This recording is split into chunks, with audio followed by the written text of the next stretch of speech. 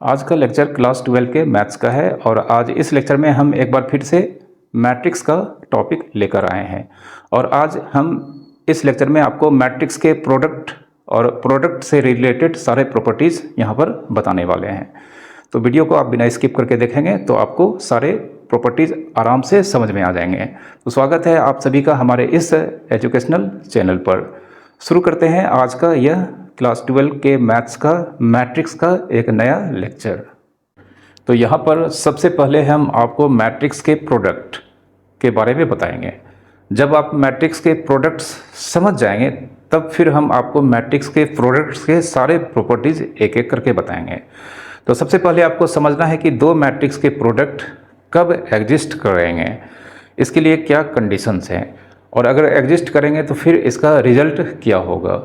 ठीक है, तो इसको हम यहाँ पर सबसे पहले आपको समझाने जा रहे हैं। ध्यान से देखिएगा, समझ में ज़रूर आएगा और यह बहुत ज़रूरी है क्योंकि बहुत सारे क्वेश्चंस आपको सिर्फ इस प्रोडक्ट्स मैट्रिक्स के कब एग्जिस्ट करेंगे इस पे बेस्ड पूछे जाते हैं आपके बोर्ड्स के एग्जाम में। ठीक है, तो यहाँ सबसे पहले हम एक फर्स्ट मैट्रिक्स लेते हैं ए, इसे हम एज्यूम करते हैं फर्स्ट मैट्रिक्स। ठीक है, और इस मैट्रिक्स का ऑर्डर हम मान लेते हैं m/n। इस मैट्रिक्स का ऑर्डर एज्यूम किया जाता है, यहाँ पर हम करते हैं m/n। फिर एक दूसरा मैट्रिक्स लेते हैं b, इसका ऑर्डर हम एज्यूम करते हैं p/q, और यह मैट्रिक्स सेकेंड मैट्रिक्स है, यह मैट्रिक्स सेकेंड मैट्रिक्स है। ठीक है, तो दो मैट्रिक्स हमने यहाँ पर एज्यूम किया है जिसमें फर्स्ट मैट्रिक्स a को एज्यूम किया है जिसका ऑर्डर m/n है। सेकेंड मैट्रिक्स यहाँ पर हमने बी मैट्रिक्स को एज्यूम किया है और इसका ऑर्डर p/q है। तो यहाँ पर product of first matrix A and second matrix B, सबसे पहले इसका सिंबल क्या होगा, प्रोडक्ट ऑफ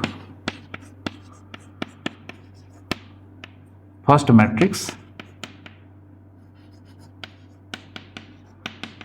या फर्स्ट हम नहीं लिखेंगे, product of matrix A and B. तो यहाँ पर जिस मैट्रिक्स का जिक्र पहले किया जाएगा उसे फर्स्ट मैट्रिक्स कहा जाता है, और जिस मैट्रिक्स का जिक्र बाद में किया जाता है वह ऑटोमेटिकली सेकेंड मैट्रिक्स होगा। तो यहाँ पर product of first matrix A and second matrix B, इसका सिंबल जिस मैट्रिक्स का जिक्र पहले किया गया है उसे हम पहले लिखेंगे, और बाद वाले मैट्रिक्स मतलब जिस मैट्रिक्स का जिक्र बाद में किया गया है उसे जस्ट उसके बाद लिखेंगे। और ए और बी मतलब दो मैट्रिक्स के बीच में यहाँ पर कुछ भी प्लस माइनस इनटू नहीं लिखा जाता है। यह ए और बी और बीच में अगर कुछ नहीं हो तो यह दोनों मैट्रिक्स ए एंड बी के प्रोडक्ट को यहाँ पर रिप्रेजेंट करता है। लेकिन आप याद रखेंगे जब भी यहाँ पर मैट्रिक्स का प्रोडक्ट में पहले ए का जिक्र किया जाएगा बाद में बी का, तो यहाँ पर इन दोनों के प्रोडक्ट का सिंबल आपको इस तरह से ही लिखना है। जिस मैट्रिक्स का जिक्र पहले किया जाएगा आप उसे पहले लिखेंगे, और जिस मैट्रिक्स का जिक्र बाद में किया जाएगा आप उसे जस्ट उसके बाद लिखेंगे। ठीक है, और इन दोनों के बीच आपको किसी भी तरह का कोई भी सिंबल या कुछ भी नहीं लिखना है। ठीक है, अब यहाँ पर यह ए बी एग्जिस्ट कर भी सकता है और नहीं भी कर सकता है, इसके लिए कंडीशन है, कुछ कंडीशंस डिफाइंड किए गए हैं। तो यहाँ पर यह एग्जिस्ट कब करेगा, इट एग्जिस्ट्स। ठीक है, तो आपको याद रखना है यह एग्जिस्ट कर भी सकता है और नहीं भी कर सकता है। तो यह एग्जिस्ट कब करेगा, इसके लिए कंडीशन है ये it exist if first matrix total numbers, first matrix में total number of columns, first matrix का टोटल नंबर ऑफ कॉलम्स और सेकेंड मैट्रिक्स का टोटल नंबर ऑफ रोज अगर आपस में इक्वल्स हैं, तब यहाँ पर ए इंटू बी दो मैट्रिक्स का प्रोडक्ट एग्जिस्ट करेगा। तो वही हम यहाँ पर लिखने जा रहे हैं, total numbers of columns in first matrix, ठीक है, इज इक्वल्स टू टोटल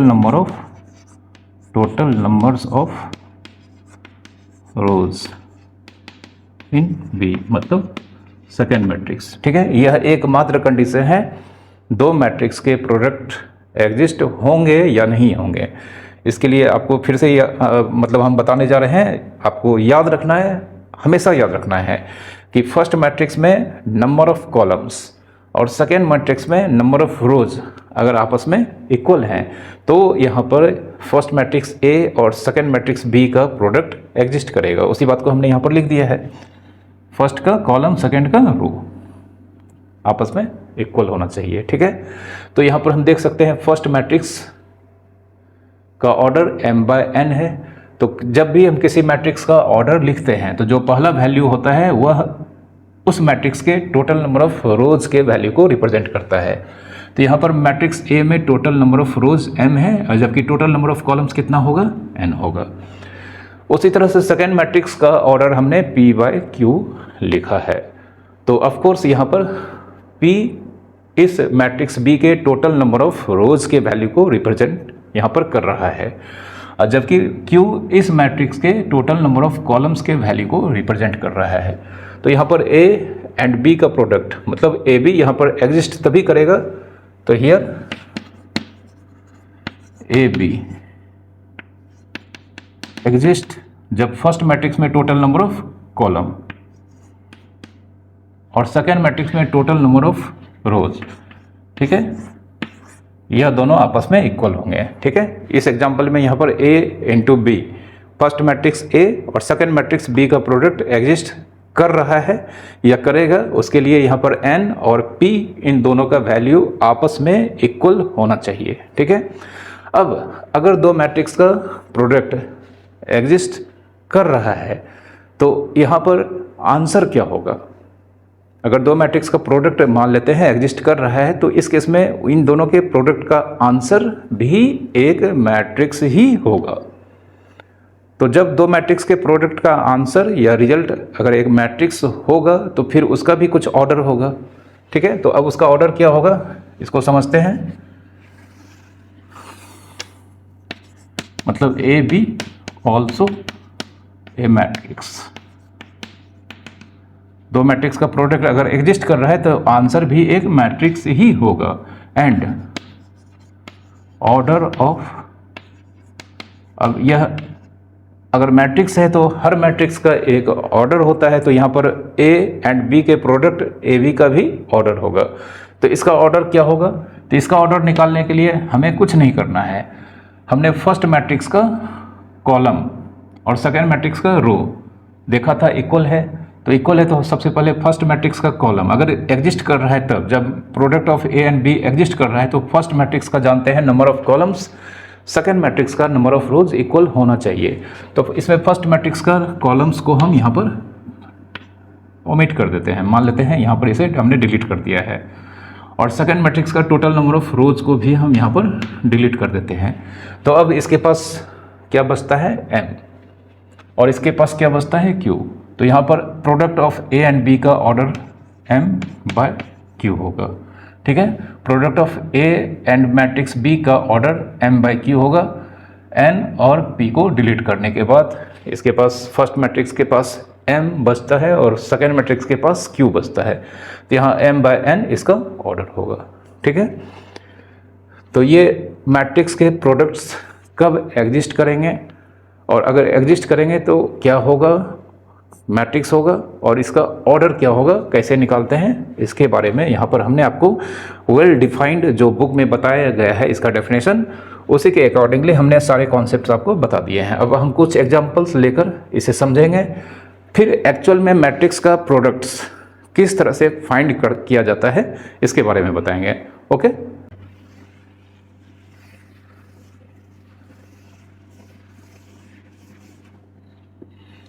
अब जैसे यहाँ पर हम एक मैट्रिक्स लेते हैं A, इसका ऑर्डर एज्यूम कर लेते हैं हम 3/2, और एक दूसरा मैट्रिक्स लेते हैं B, इसका ऑर्डर हम मान लेते हैं 2/3। दो मैट्रिक्स हमने लिया है, फर्स्ट मैट्रिक्स A का ऑर्डर 3/2 हमने एज्यूम किया है और सेकेंड मैट्रिक्स B का ऑर्डर यहाँ पर हमने 2/3 एज्यूम किया है। तो यहाँ पर product of A and B, AB यहाँ पर किसको रिप्रेजेंट करता है, यह रिप्रेजेंट करता है product of matrix A and B, ठीक है। यह सिंबल जिसमें पहले A लिखा गया है और बाद में मैट्रिक्स B लिखा गया है, तो यह product of first matrix A and second matrix B के वैल्यू को रिप्रेजेंट करता है। तो यहाँ पर हम जानना चाहते हैं क्या यह एग्जिस्ट करेगा, तो इसके लिए हमें सिर्फ देखना है कि फर्स्ट मैट्रिक्स में नंबर ऑफ कॉलम्स कितना है 2 और सेकेंड मैट्रिक्स में नंबर ऑफ रोज कितना है 2। तो जब फर्स्ट मैट्रिक्स में नंबर ऑफ कॉलम्स और सेकेंड मैट्रिक्स में नंबर ऑफ रोज आपस में इक्वल होंगे तो यहाँ पर यह product of A and be exist करेगा। तो हम यहाँ पर देख सकते हैं फर्स्ट मैट्रिक्स ए है, इसमें टोटल नंबर ऑफ कॉलम्स 2 है, जबकि सेकेंड मैट्रिक्स बी में टोटल नंबर ऑफ रोज 2 है। तो यहाँ पर यह दोनों वैल्यू आपस में इक्वल है। तो यहाँ पर ए बी मतलब product of matrix A and B यह एग्जिस्ट करेगा, ठीक है। और एग्जिस्ट करेगा तो इसका ऑर्डर क्या होगा, एंड इसका ऑर्डर क्या हो जाएगा, इसका ऑर्डर इन दोनों को हम डिलीट कर देते हैं, मतलब अपने माइंड से मान लेते हैं, डिलीट हटा देते हैं कि यह इसके पास नहीं है और यह इसके पास नहीं है। तो अब इसके पास क्या बचा है 3 और इसके पास क्या बचा है 3। तो यहाँ पर a इंटू बी एग्जिस्ट कर रहा है, मैट्रिक्स ए एंड बी का प्रोडक्ट एग्जिस्ट कर रहा है और इसका ऑर्डर 3/3 या कह सकते हैं इसका ऑर्डर 3 है, ठीक है। तो हमको यहाँ पर हमेशा याद रखना है कि यह a इंटू बी में फर्स्ट मैट्रिक्स ऑलवेज ए लिया जाएगा जबकि सेकेंड मैट्रिक्स यहाँ पर बी लिया जाएगा, ठीक है। क्या यहाँ पर बी एंड ए का प्रोडक्ट भी एग्जिस्ट कर रहा है, इसे भी हम चेक कर लेते हैं। बी ए यह क्या हो जाएगा, यह हो जाएगा हमारा product of matrix B and second matrix A. इसमें फर्स्ट मैट्रिक्स बी है और सेकेंड मैट्रिक्स ए है, तो क्या यह भी एग्जिस्ट करेगा। तो हम देख लेते हैं इस बार फर्स्ट मैट्रिक्स कौन है, बी है, इसको मिटा देते हैं। फर्स्ट मैट्रिक्स बी है तो फर्स्ट मैट्रिक्स में नंबर ऑफ कॉलम्स कितना है 3 है, और सेकेंड मैट्रिक्स ए है तो सेकेंड मैट्रिक्स में number of rose, second matrix A है क्योंकि यह बाद में लिखा गया है, तो सेकेंड मैट्रिक्स में टोटल नंबर ऑफ रोज और फर्स्ट मैट्रिक्स में टोटल नंबर ऑफ कॉलम्स अगर सेम होगा तो यहाँ पर यह दोनों का प्रोडक्ट एग्जिस्ट करेगा। तो फर्स्ट मैट्रिक्स मतलब मैट्रिक्स बी में total number of columns 3, second matrix A में total number of rows 3 equal है। तो यहाँ पर बी ए यह भी एग्जिस्ट करेगा, ठीक है। और एग्जिस्ट करेगा तो इसका ऑर्डर क्या होगा, ऑर्डर हो जाएगा इसका 3 और इसका 3। थोड़ी देर के लिए हम मान लेते हैं हमने इसे डिलीट कर दिया है, तो इसके पास क्या बचा है 2 और इसके पास क्या बचा है 2। यहाँ पर बी एंड ए के प्रोडक्ट बी ए का ऑर्डर 2/2 या 2 होगा, ठीक है। तो हम देख सकते हैं मैट्रिक्स ए बी एग्जिस्ट कर रहा है, ऑर्डर 3 है, मैट्रिक्स बी ए एग्जिस्ट कर रहा है, ऑर्डर 2 है, और यह दोनों इक्वल नहीं होगा यहाँ पर, क्योंकि जब दो मैट्रिक्स इक्वल होते हैं तो सबसे पहले उन दोनों का ऑर्डर सेम होता है। तो आप कितना अजीब यहाँ पर सिचुएशन देख रहे हैं कि ए बी और बी ए इस एग्जाम्पल में, यह एग्जाम्पल है, इस एग्जाम्पल में ए बी और बी ए दोनों ही एग्जिस्ट कर रहे हैं, बट किसी भी कीमत पर यहाँ पर यह दोनों वैल्यू आपस में इक्वल कभी नहीं होंगे, क्योंकि यह दोनों ही मैट्रिक्स हैं और दोनों का ऑर्डर डिफरेंट है, और मैट्रिक्स अगर इक्वल होते हैं तो इनका ऑर्डर सेम होता है। तो यहाँ पर ए बी बी ए के इक्वल नहीं होगा, ठीक है, जिसे हम आगे प्रॉपर्टीज़ में पढ़ेंगे, ओके। तो यह एक ऐसा एग्जाम्पल है जिसमें ए बी और बी ए दोनों ही एग्जिस्ट कर रहा है। यह हमेशा नहीं होता है, कभी कभी आपको ए बी एग्जिस्ट करेगा बट बी ए एग्जिस्ट नहीं करेगा, कभी बी ए एग्जिस्ट करेगा और ए बी एग्जिस्ट नहीं करेगा, और कभी कभी ए बी और बी ए दोनों ही एग्जिस्ट नहीं करेगा। तो इन सब केसेस को हम यहाँ पर आपको दिखा देते हैं एग्जाम्पल से, ओके।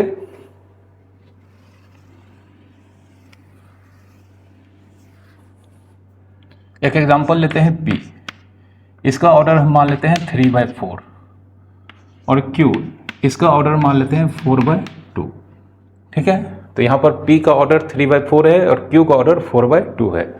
तो क्या यहाँ पर PQ फर्स्ट मैट्रिक्स P है और सेकेंड मैट्रिक्स Q, क्या यहाँ पर P और Q का प्रोडक्ट जिसे PQ लिखेंगे एग्जिस्ट करेगा। तो हम देख लेते हैं, फर्स्ट मैट्रिक्स P है जिसमें नंबर ऑफ कॉलम्स हमें देखना है 4 है, सेकेंड मैट्रिक्स Q है इसमें नंबर ऑफ रोज देखना है 4 है। तो यहाँ पर फर्स्ट मैट्रिक्स में नंबर ऑफ कॉलम्स और सेकेंड मैट्रिक्स में नंबर ऑफ रोज इक्वल्स है। तो यहाँ पर P और Q का प्रोडक्ट मतलब PQ एग्जिस्ट करेगा, यहाँ पर यह एग्जिस्ट करेगा, एग्जिस्ट करेगा तो इसका ऑर्डर क्या होगा, इसका ऑर्डर इसका 4 और इसका 4 को हम थोड़ी देर के लिए मानते हैं कि हमने इसे डिलीट कर दिया है। तो इसके पास 3 और इसके पास 2 बचेगा, तो इसका ऑर्डर हो जाएगा 3/2, ठीक है। यहाँ पर P Q का ऑर्डर कितना होगा 3/2। अब यहाँ पर हम फिर से चेक करते हैं क्या क्यू पी एग्जिस्ट करेगा। क्यू पी एग्जिस्ट करेगा तो इस बार फर्स्ट मैट्रिक्स कौन हो जाएगा ऑर्डर में, ऑर्डर मतलब क्रम में। तो यहाँ पर ऑर्डर के अकॉर्डिंगली फर्स्ट मैट्रिक्स यहाँ पर क्यू होगा और सेकेंड मैट्रिक्स पी होगा। तो फर्स्ट मैट्रिक्स क्यू में नंबर ऑफ कॉलम्स देखते हैं, फर्स्ट मैट्रिक्स क्यू में नंबर ऑफ कॉलम्स 2 है और सेकेंड मैट्रिक्स पी में नंबर ऑफ रोज 3 है। 2 और 3 इक्वल नहीं होता है तो यहाँ पर नॉट एग्जिस्ट लिखेंगे, यहाँ पर नॉट एग्जिस्ट। ठीक है, क्यों नहीं एग्जिस्ट करेगा? Since total number of columns in Q first matrix बराबर कितना है? 2 है and total numbers of rows in P second matrix, इसका वैल्यू कितना है? 3 है। ठीक है, और 2 और 3 इक्वल नहीं होता है तो यहाँ पर Q इंटू पी इसका वैल्यू एग्जिस्ट नहीं करेगा। तो फर्स्ट एग्जांपल में हमने देखा था पी क्यू क्यू पी दोनों ही एग्जिस्ट किया था बट दोनों इक्वल नहीं थे। सेकेंड एग्जांपल में हमें दिख रहा है यहाँ पर पी क्यू एग्जिस्ट कर रहा है बट क्यू पी यहाँ पर एग्जिस्ट नहीं कर रहा है। ठीक है, अब एक और एग्जांपल लेते हैं, देखते हैं क्या होता है।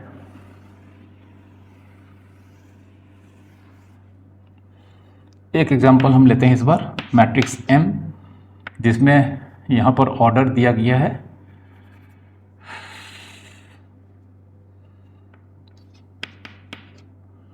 और N इसका ऑर्डर दिया गया है।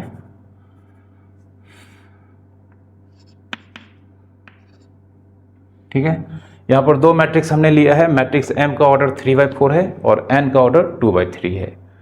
तो क्या यहाँ पर M मतलब product of M and matrix N exist करेगा? प्रोडक्ट ऑफ M एंड यहाँ पर क्या एग्जिस्ट करेगा? तो इसके लिए हमें देखना होगा फर्स्ट मैट्रिक्स M में नंबर ऑफ कॉलम्स जो कि 4 है और सेकेंड मैट्रिक्स N में नंबर ऑफ रोज जो कि 2 है और 4 और 2 यहाँ पर इक्वल नहीं होता है तो यहाँ पर यह एग्जिस्ट नहीं करेगा, नॉट एग्जिस्ट। ठीक है, यह यहाँ पर एग्जिस्ट नहीं करेगा। अब अगर हम यहाँ पर M product of N and M क्या यह एग्जिस्ट करेगा, यह मालूम करना चाहें तो हम आराम से मालूम कर सकते हैं। इस बार फर्स्ट मैट्रिक्स हमारे सामने कौन है? N है। तो फर्स्ट मैट्रिक्स N है, इसमें हम नंबर ऑफ कॉलम्स देख रहे हैं 3 है और सेकेंड मैट्रिक्स M है इस बार जिसमें नंबर ऑफ रोज 3 है। तो यहाँ पर फर्स्ट मैट्रिक्स N का नंबर ऑफ कॉलम्स और सेकेंड मैट्रिक्स M का नंबर ऑफ रोज यहाँ पर इक्वल्स है तो यहाँ पर NM एग्जिस्ट करेगा, इट एग्जिस्ट्स, यह एग्जिस्ट करेगा तो इसका ऑर्डर क्या होगा? ऑर्डर हो जाएगा फर्स्ट का हम 3 और सेकेंड का 3। यहाँ पर हम मान लेते हैं थोड़ी देर के लिए हमने इसे ओमिट कर दिया है, मतलब डिलीट कर दिया है। तो इसके पास क्या बचेगा? 2 और इसके पास 4। तो यहाँ पर M का ऑर्डर 2/4 होगा। तो इस केस में हम देख रहे हैं कि Mn एग्जिस्ट कर रहा है, मतलब Mn एग्जिस्ट नहीं कर रहा है बट Nm यहाँ पर एग्जिस्ट कर रहा है। ठीक है, तो मैट्रिक्स का जब भी प्रोडक्ट हम फाइंड करेंगे तो सबसे पहले यह एग्जिस्ट कर रहा है या नहीं कर रहा है इस बात का सबसे पहले पता होना चाहिए। और अगर यह एग्जिस्ट कर रहा है तो फिर इसका ऑर्डर क्या होगा यह सबसे पहले आपको मालूम करना होगा, तब आप इसके प्रोडक्ट एक्चुअल में उसके अंदर क्या क्या एलिमेंट्स होंगे इसको आप आराम से लिख पाएंगे। ठीक है, एक और एग्जांपल लेते हैं तब फिर हम दो मैट्रिक्स को एक्चुअल में एलिमेंट्स लिख कर उसको मल्टीप्लाई करेंगे। ठीक है,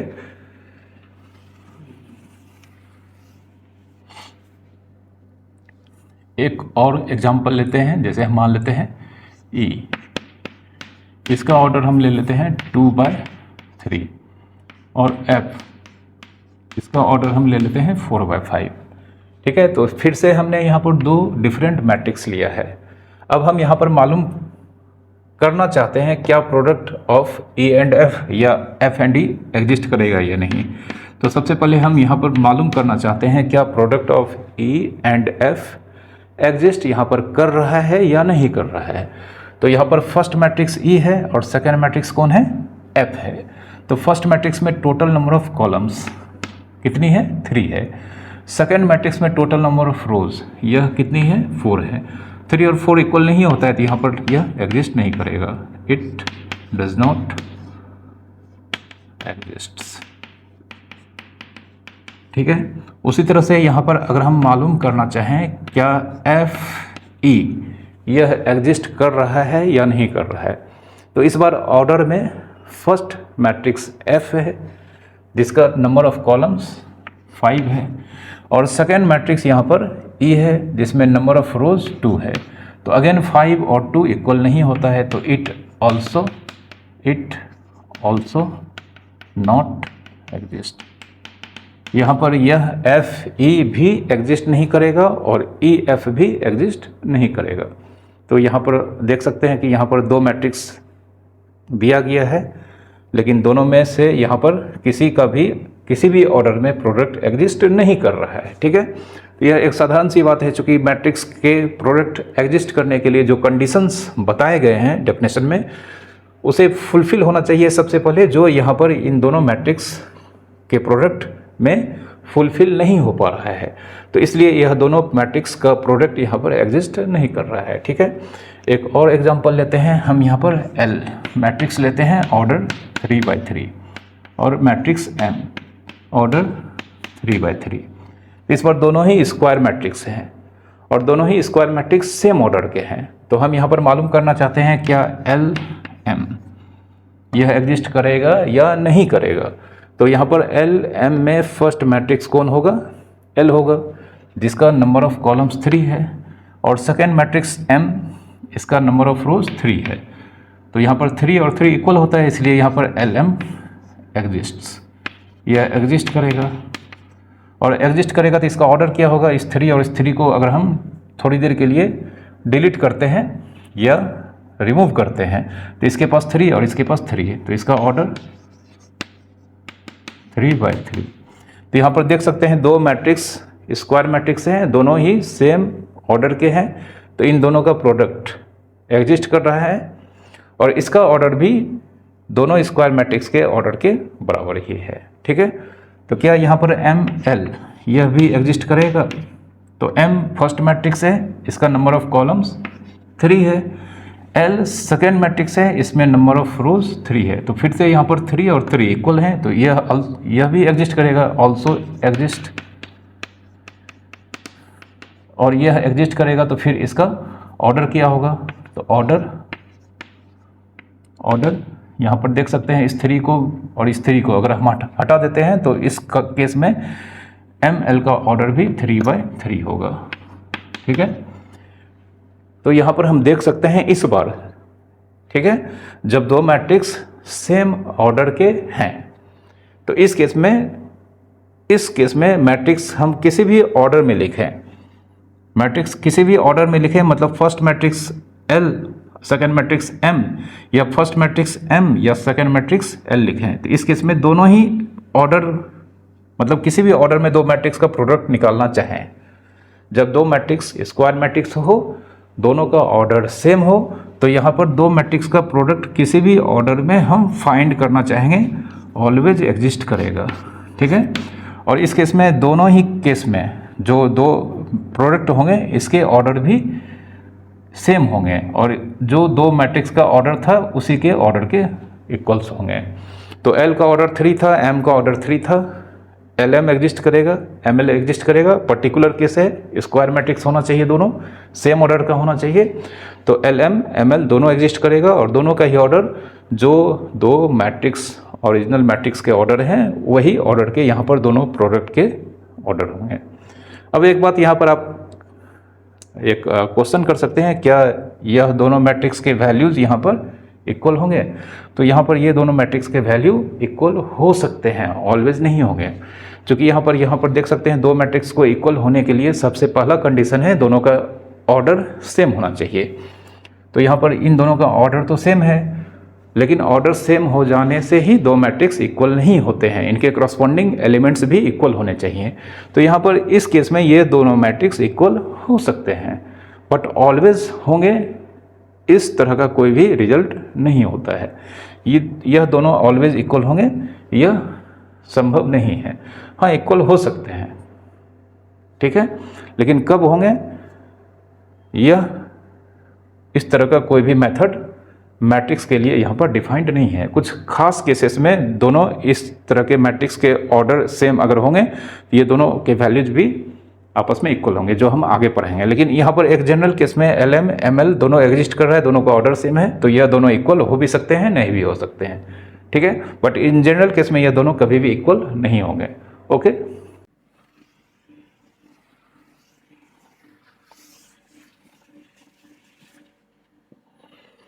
अब हम एक्चुअल में दो मैट्रिक्स के वैल्यू दिए जाएंगे, तो इसके प्रोडक्ट अगर एग्जिस्ट कर रहे हैं तो किस तरह से हम इसको फाइंड करेंगे उसको बताने जा रहे हैं। इसे भी हम सबसे पहले एग्जांपल से ही आपको बताते हैं। यहाँ पर मैट्रिक्स A 2 3 1 1 2 1, ठीक है।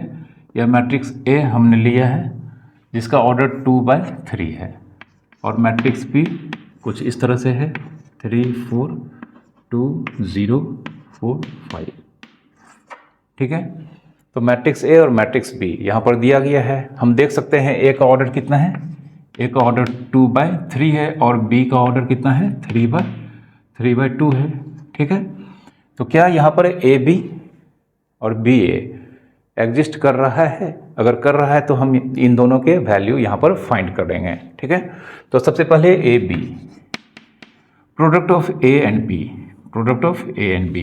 AB का मतलब क्या हो गया, product of matrix A and B, जिसका सिंबल होगा AB। तो क्या यह यहाँ पर एग्जिस्ट कर रहा है या नहीं कर रहा है? सबसे पहले इस बात का हमें यहाँ पर मालूम होना चाहिए, इस बात का सबसे पहले इंफॉर्मेशन हमें मिलना चाहिए।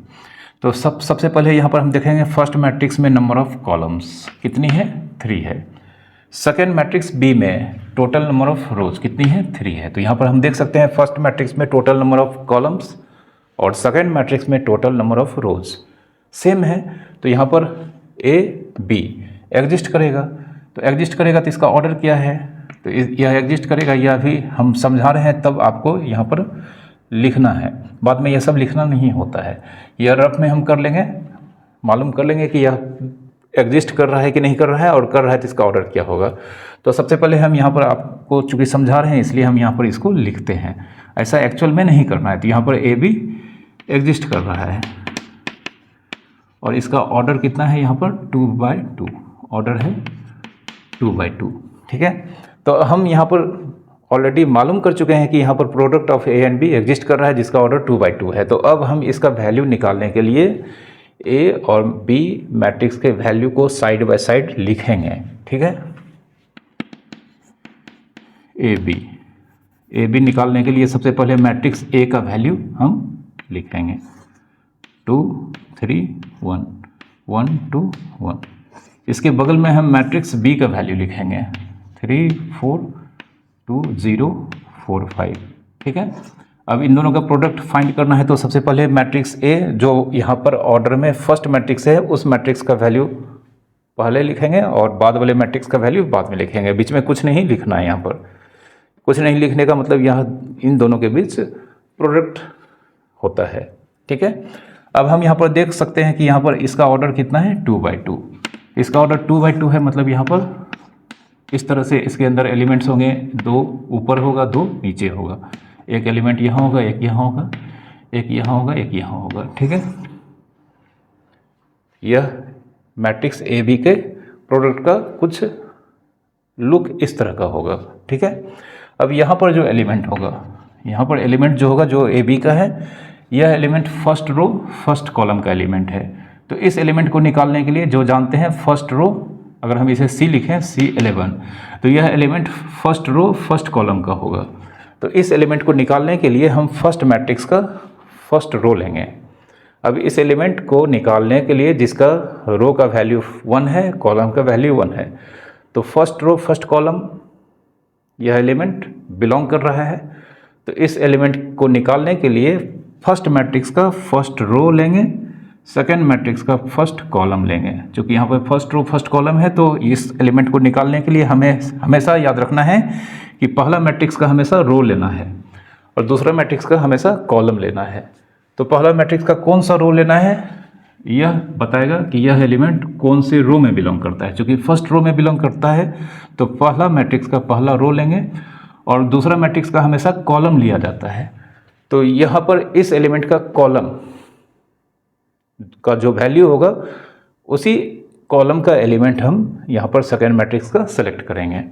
तो यह फर्स्ट मैट्रिक्स का फर्स्ट रो है तो इसका हम फर्स्ट रो लेंगे और यह फर्स्ट मैट्रिक्स का फर्स्ट कॉलम है तो इसका फर्स्ट कॉलम लेंगे। फिर यहाँ पर एलिमेंट वाइज मल्टीप्लाई करना है, एलिमेंट वाइज मल्टीप्लाई करके ऐड कर देंगे।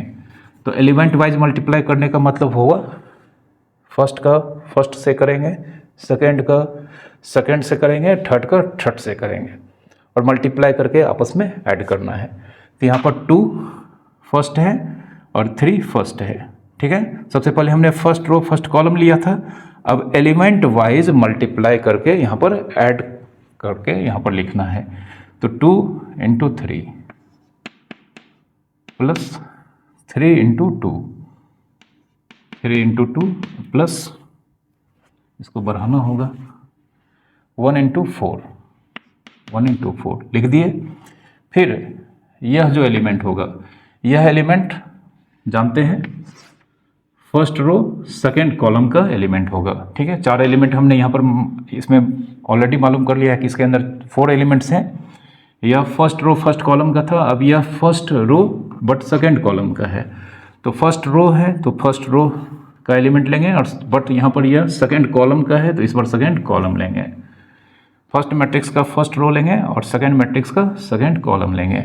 अब फिर से एलिमेंट वाइज मल्टीप्लाई करके हमें लिखना है उसके प्लेस पे। तो 2 4 से होगा, 2 × 4 प्लस 3 0 से होगा, 3 × 0 अब प्लस 1 5 से होगा, प्लस 1 × 5। ठीक है, अब यह एलिमेंट की बारी है। तो यह एलिमेंट हम देख सकते हैं सेकेंड रो फर्स्ट कॉलम है।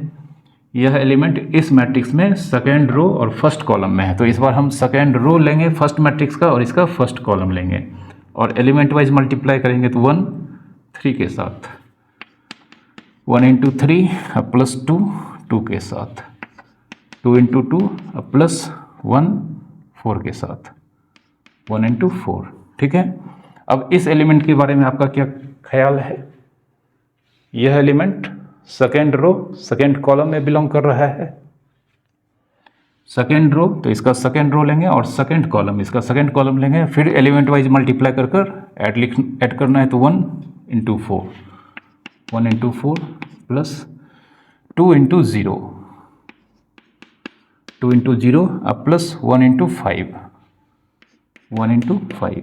ठीक है, यह हमने आपको समझाने के लिए इस तरह से लिखा है। यहाँ पर 2 × 3 लिखना जरूरी नहीं है, बल्कि 2 × 3 डायरेक्ट हम 6 लिखेंगे। अगले क्वेश्चन में हम मल्टीप्लाई करते हुए लिखेंगे। चूँकि यह होता है एक्चुअल में, आपको हम अभी जस्ट बता रहे हैं, इसलिए हमने आपको यहाँ पर लिख कर बताया है। ठीक है, इस तरह से इतना लिखना नहीं है। तो अब 2 × 3 6 प्लस 3 × 2 6 और 4 × 1 4 होगा। यहाँ पर 4 2 8 होगा, 3 × 0 प्लस 0 और 1 × 5 कितना होगा 5।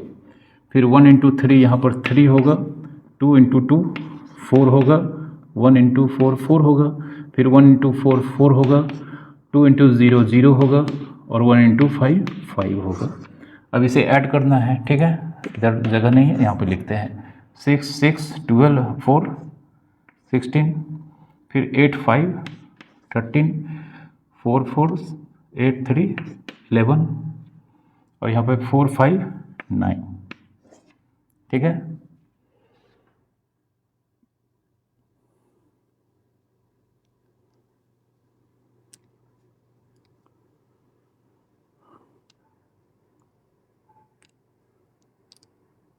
ठीक है, इसका यह आंसर होगा। तो यह मैट्रिक्स ए भी हमने निकाला।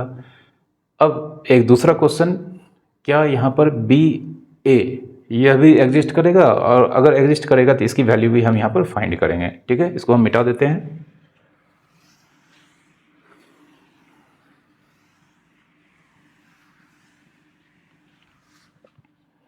Now product of B and A. इस बार फर्स्ट मैट्रिक्स बी है, सेकंड मैट्रिक्स ए है, तो इसका सिंबल क्या हो जाएगा, बी ए। अब इसे रफ में हम मालूम करेंगे यह एग्जिस्ट कर रहा है या नहीं कर रहा है, और कर रहा है तो फिर इसका ऑर्डर होगा।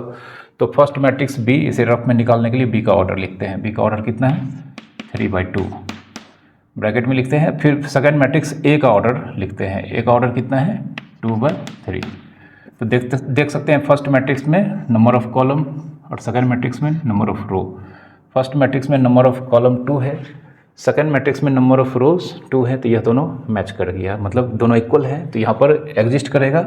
और इसका ऑर्डर क्या हो जाएगा, फिर इस दोनों को अगर हम यहाँ पर मिटा देते हैं तो यहाँ पर ऑर्डर हो जाएगा 3/3। ऑर्डर कितना हो जाएगा, 3/3। 3/3 ऑर्डर होगा। तो यहाँ पर हम रफ में इसके बारे में हमने मालूम कर लिया है कि यह एग्जिस्ट कर रहा है और इसका ऑर्डर 3/3 मतलब ऑर्डर 3 है। तो ऑर्डर 3 है, तो सबसे पहले हम क्या करेंगे, इसका वैल्यू निकालने के लिए बी और ए के वैल्यूज़ को साइड बाय साइड लिखेंगे। 3 4 2 0 4 5, ठीक है। यह बी का वैल्यू हमने पहले लिखा है इस पर। अब इसके बाद हम ए का वैल्यू इसके बगल में लिखेंगे, 2 3 1 1 2 1। और चूंकि हम ऑलरेडी यहाँ पर मालूम कर चुके हैं कि इन दोनों का प्रोडक्ट का ऑर्डर क्या होगा, 3/3 मतलब ऑर्डर 3 है। तो ऑर्डर 3 है, तो इसके इनसाइड अब कुछ एलिमेंट इस तरह के होंगे, ठीक है। इस तरह के एलिमेंट होंगे, 3 फर्स्ट लाइन में, 3 सेकेंड लाइन में और 3 थर्ड लाइन में होगा।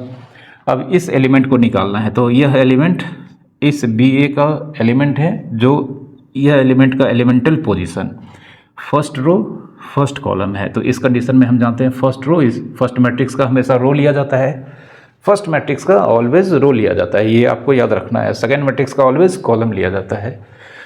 तो यह element first row first column में है, तो फर्स्ट रो में है इसलिए फर्स्ट मैट्रिक्स का फर्स्ट रो लेंगे और सेकेंड मैट्रिक्स का फर्स्ट कॉलम लेंगे और एलिमेंट वाइज मल्टीप्लाई करके यहाँ पे ऐड करेंगे। तो यहाँ पर 3 × 2 कितना हो जाएगा, 6 प्लस 4 × 1 कितना होगा, 4।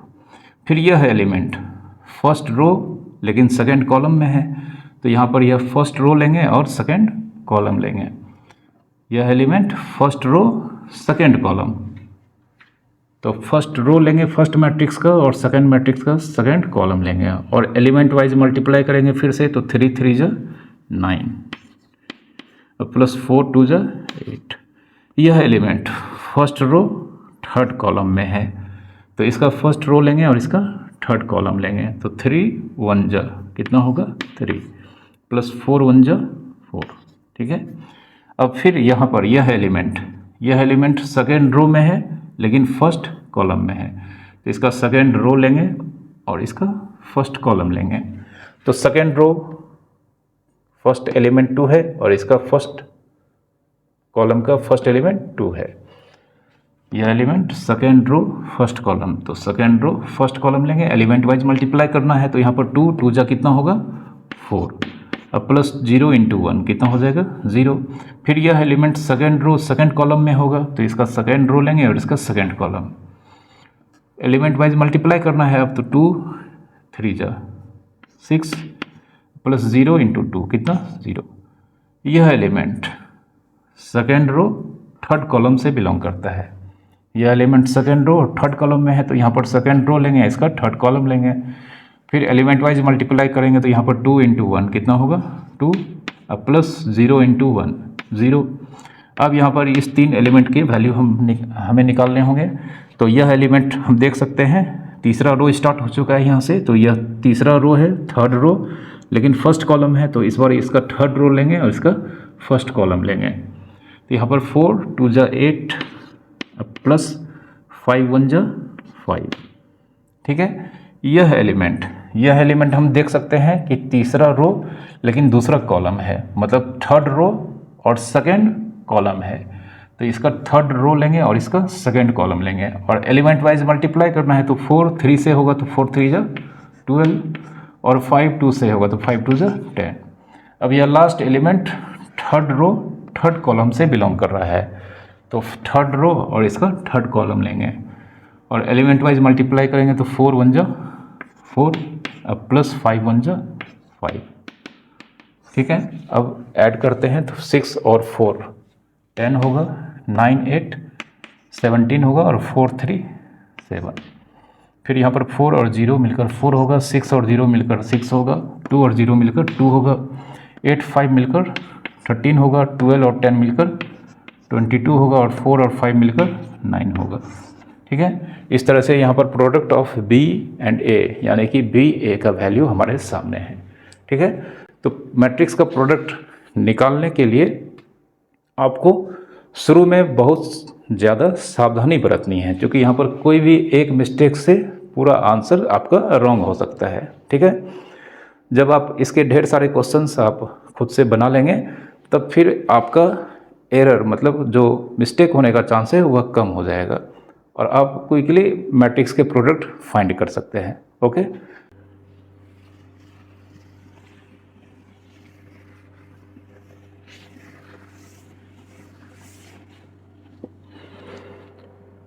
कुछ और एग्जाम्पल हम यहाँ पर आपको सॉल्व करके बता रहे हैं ताकि कुछ प्रॉपर्टीज अब हमारे सामने आते चले जाएंगे। तो एक एग्जाम्पल लेते हैं, मैट्रिक्स ए 3 4 5 1 और मैट्रिक्स बी 2 3 1 और 0। ठीक है, दो मैट्रिक्स यहाँ पर हमने लिया है, दोनों स्क्वायर मैट्रिक्स हैं सेम ऑर्डर के। और अभी थोड़ी देर पहले हमने बताया था कि इस केस में जब दो स्क्वायर मैट्रिक्स सेम ऑर्डर के होंगे तो इस केस में मैट्रिक्स हम किसी भी ऑर्डर में इन दोनों का प्रोडक्ट फाइंड करेंगे, दोनों ही केस का प्रोडक्ट एग्जिस्ट करेगा और आंसर का ऑर्डर जो मैट्रिक्स ए और बी का ऑर्डर है वही होगा। ठीक है, वैसे भी हम मालूम कर सकते हैं यहाँ पर ए बी, तो ए का ऑर्डर रफ में हम लिखते हैं 2/2 है और बी का ऑर्डर 2/2 है, तो फर्स्ट का कॉलम सेकंड का रो मैच कर गया है मतलब इक्वल है, तो यहाँ पर ए बी का प्रोडक्ट एग्जिस्ट करेगा और ये आंसर का ऑर्डर क्या हो जाएगा 2/2। चूँकि इस 2 और इस 2 को अगर हम डिलीट कर देंगे तो इसके पास 2 बचेगा, इसके पास 2 बचेगा और आंसर का ऑर्डर भी 2/2 होगा। ऑलरेडी हमने स्क्वायर मैट्रिक्स जब सेम ऑर्डर के होंगे इसके प्रोडक्ट के बारे में ऑलरेडी हम अभी आपको बता चुके हैं। तो यहाँ पर डायरेक्ट हम ए बी निकालने जा रहे हैं। तो इसके लिए सबसे पहले मैट्रिक्स ए का वैल्यू पहले लिखना होगा 3 4 5 1 और इसके साइड में हमें मैट्रिक्स बी का वैल्यू लिखना होगा। ठीक है, अब जानते हैं यहाँ पर जो यहाँ पर ए और बी का प्रोडक्ट है इसका ऑर्डर 2/2 होगा, तो यहाँ पर एक एलिमेंट यहाँ पर, एक एलिमेंट यहाँ पर, एक एलिमेंट यहाँ पर होगा। तो यह element first row first column में है, तो पहला मैट्रिक्स का पहला रोल और दूसरा का पहला कॉलम लेंगे और एलिमेंट वाइज मल्टीप्लाई करके ऐड करना है। तो 3 2 जा क्या होगा यहाँ पर 6 होगा, 4 1 जा 4 होगा। ठीक है, यह एलिमेंट फर्स्ट रो और सेकेंड कॉलम से बिलोंग कर रहा है यह एलिमेंट। तो फर्स्ट मैट्रिक्स का फर्स्ट रो और इसका सेकेंड कॉलम लेंगे। 3 3 जा कितना होगा 9 और 4 × 0 कितना होगा 0।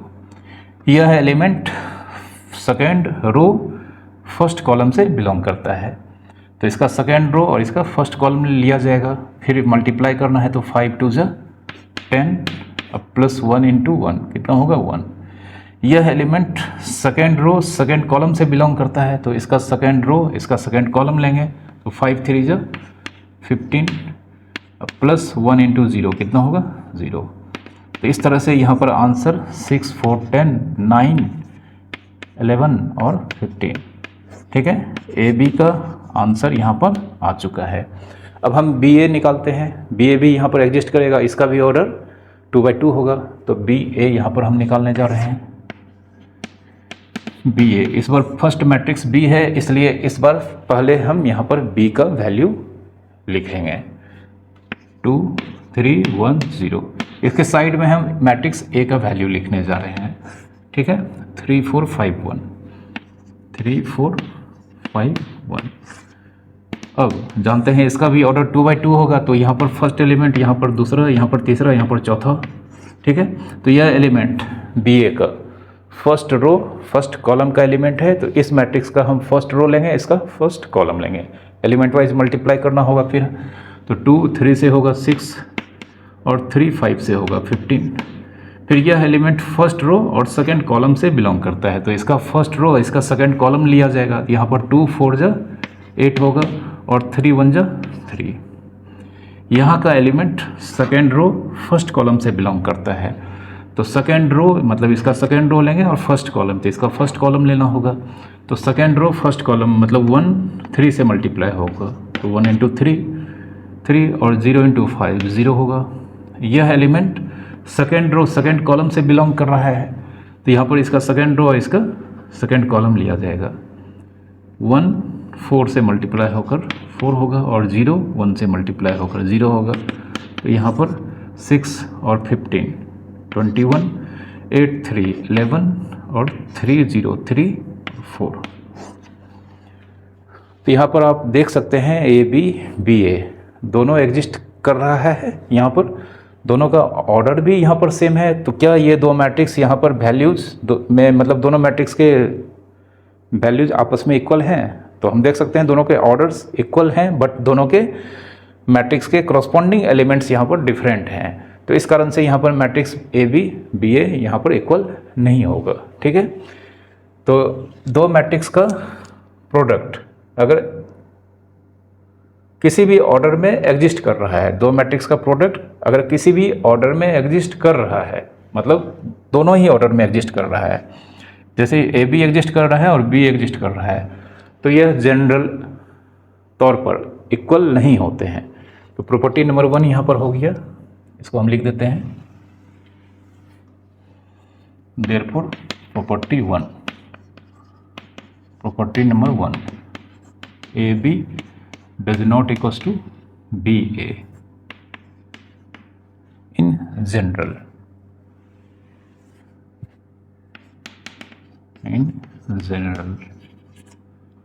ठीक है, मतलब मैट्रिक्स का प्रोडक्ट कम्यूटेटिव नहीं होता है, that is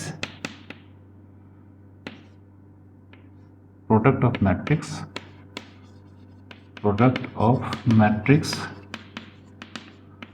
are not commutative.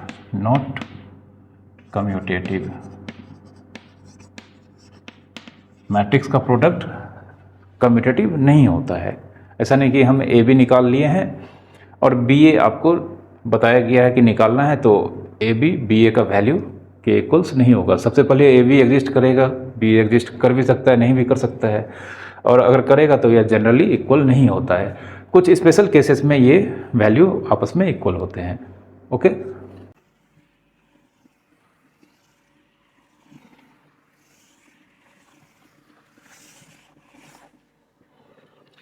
एक और एग्जांपल लेते हैं। यहाँ पर मान लेते हैं मैट्रिक्स ए का वैल्यू दिया गया है 3 4 5 और मैट्रिक्स बी का वैल्यू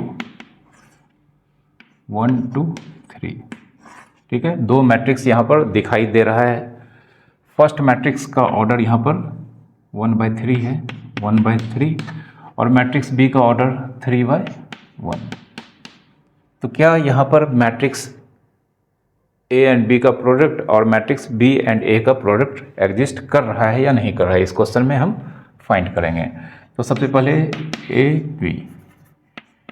बी, तो यहाँ पर इसको हम रफ में मालूम कर लेते हैं कि ए बी एग्जिस्ट कर रहा है या नहीं कर रहा है। तो ए फर्स्ट मैट्रिक्स है, इसका ऑर्डर 1/3 है, और सेकेंड मैट्रिक्स बी इसका ऑर्डर 3/1 है। तो हम देख सकते हैं यहाँ पर फर्स्ट में नंबर ऑफ कॉलम्स 3 और सेकेंड में नंबर ऑफ रोज 3, यह दोनों इक्वल हैं, तो यहाँ पर यह एग्जिस्ट करेगा और इसका आंसर का ऑर्डर 1/1 मतलब ऑर्डर 1 होगा। तो जब यहाँ पर यह एग्जिस्ट कर रहा है तो हम जानते हैं इसका वैल्यू साइड बाय साइड लिख कर मल्टीप्लाई करना होगा 1 2 3।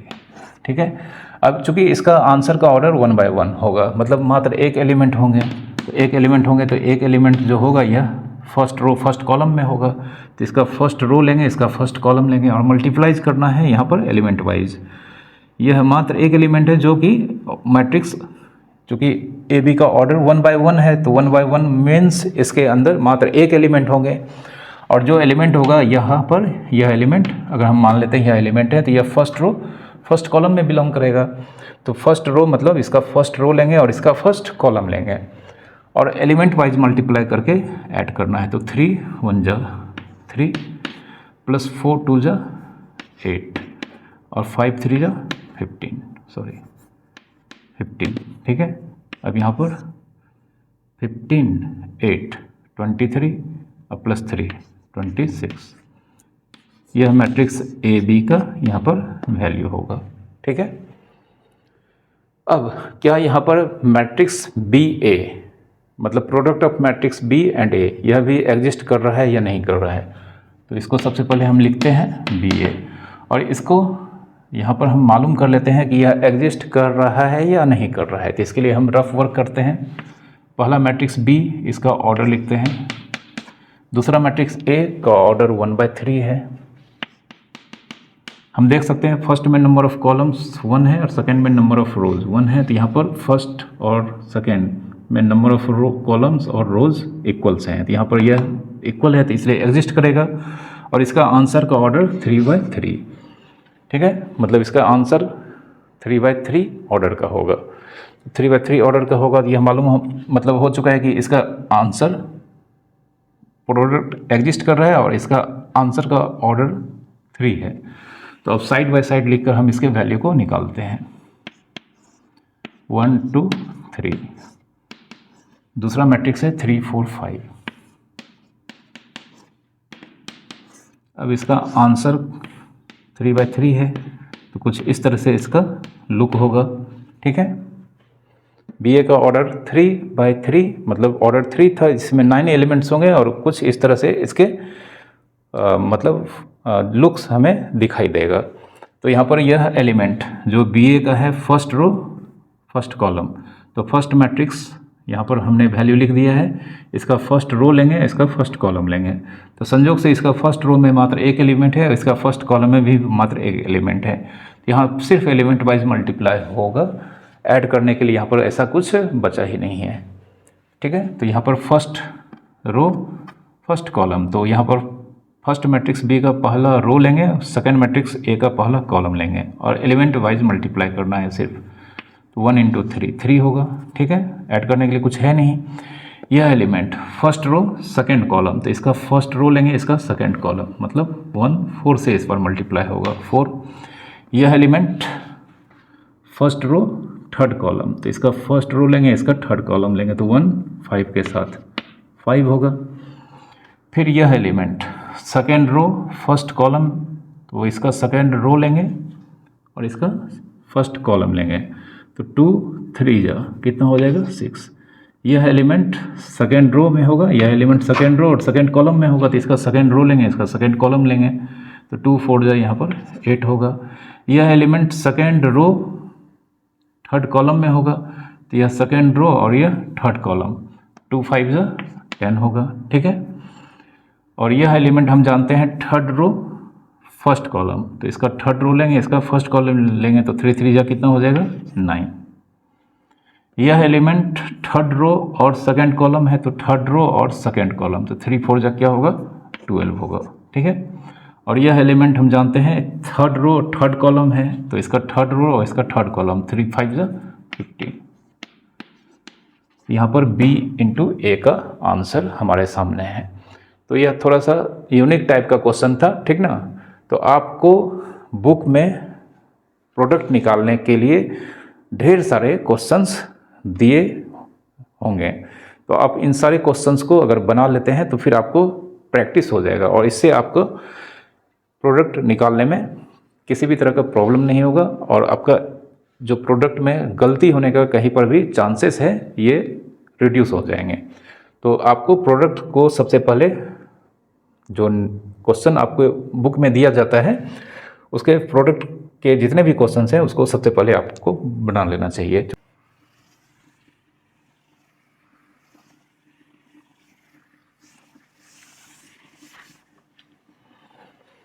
अब अभी हमने आपको बताया है कि मैट्रिक्स का प्रोडक्ट कम्यूटेटिव नहीं होता है, लेकिन हम यहाँ पर एक स्पेशल केस बताने वाले हैं जिसमें मैट्रिक्स का प्रोडक्ट कम्यूटेटिव होगा और ऑलवेज होगा, ठीक है। तो इसको यहाँ पर आपको ध्यान से देखना है और समझना है, ठीक है। स्पेशल केस, स्पेशल केस क्या कहता है कि ए डायगोनल मैट्रिक्स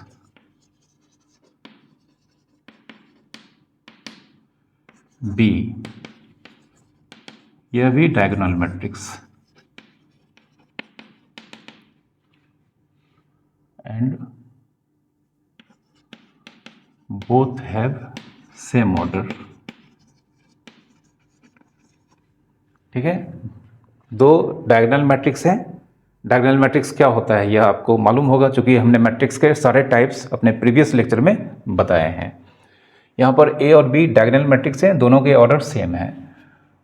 देन इस केस में ए बी, बी ए दोनों निकलेगा, और यहाँ पर दोनों एग्जिस्ट ही नहीं करेगा, बल्कि दोनों हमेशा इक्वल होगा। ठीक है, A B equals to B A always, and both diagonal matrix.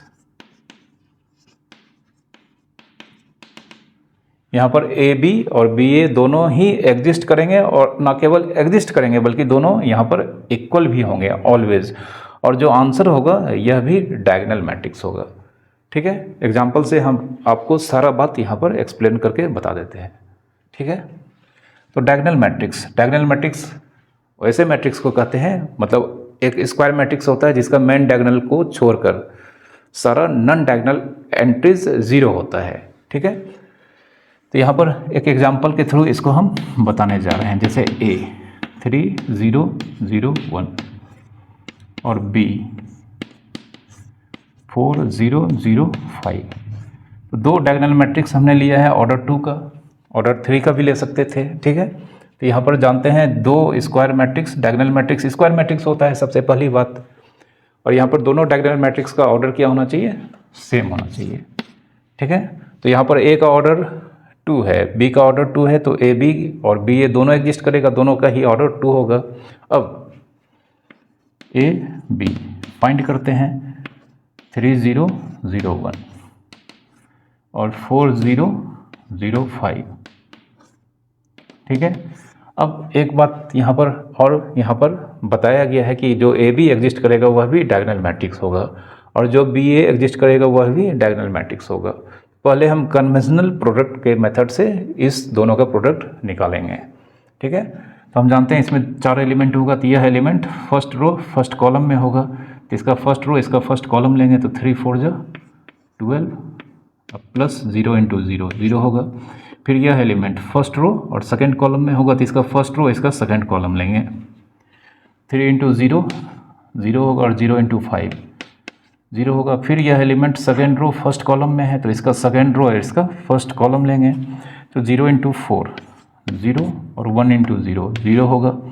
और यह element second row second column, तो इसका सेकंड रो और इसका सेकंड कॉलम लेंगे, तो 0 इंटू 0 0 और 5 1 जा 5। तो हम देख सकते हैं यहाँ पर 12 0 0 5।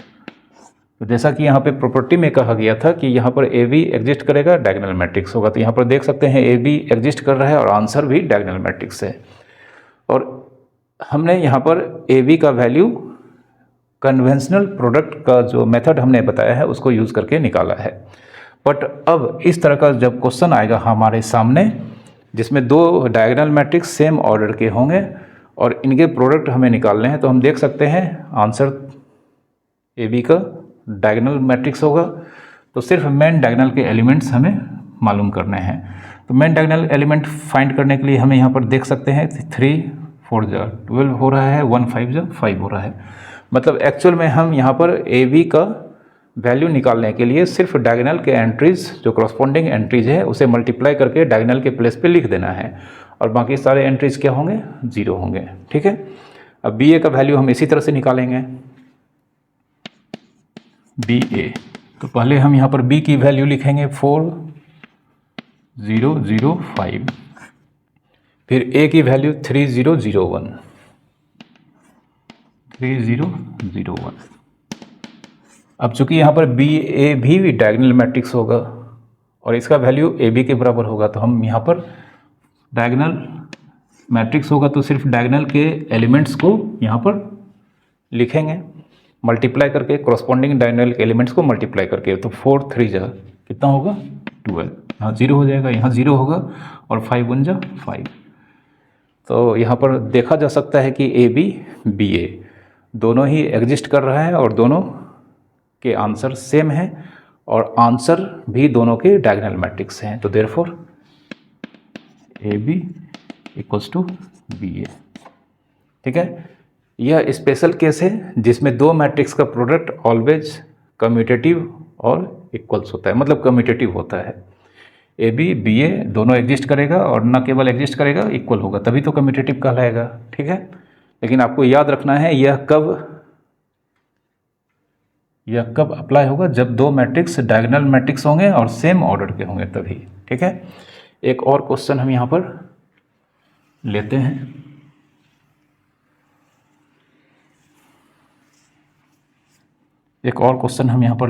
अब हम यहाँ पर सीधा ए 3 0 0 0 5 0 0 0 4।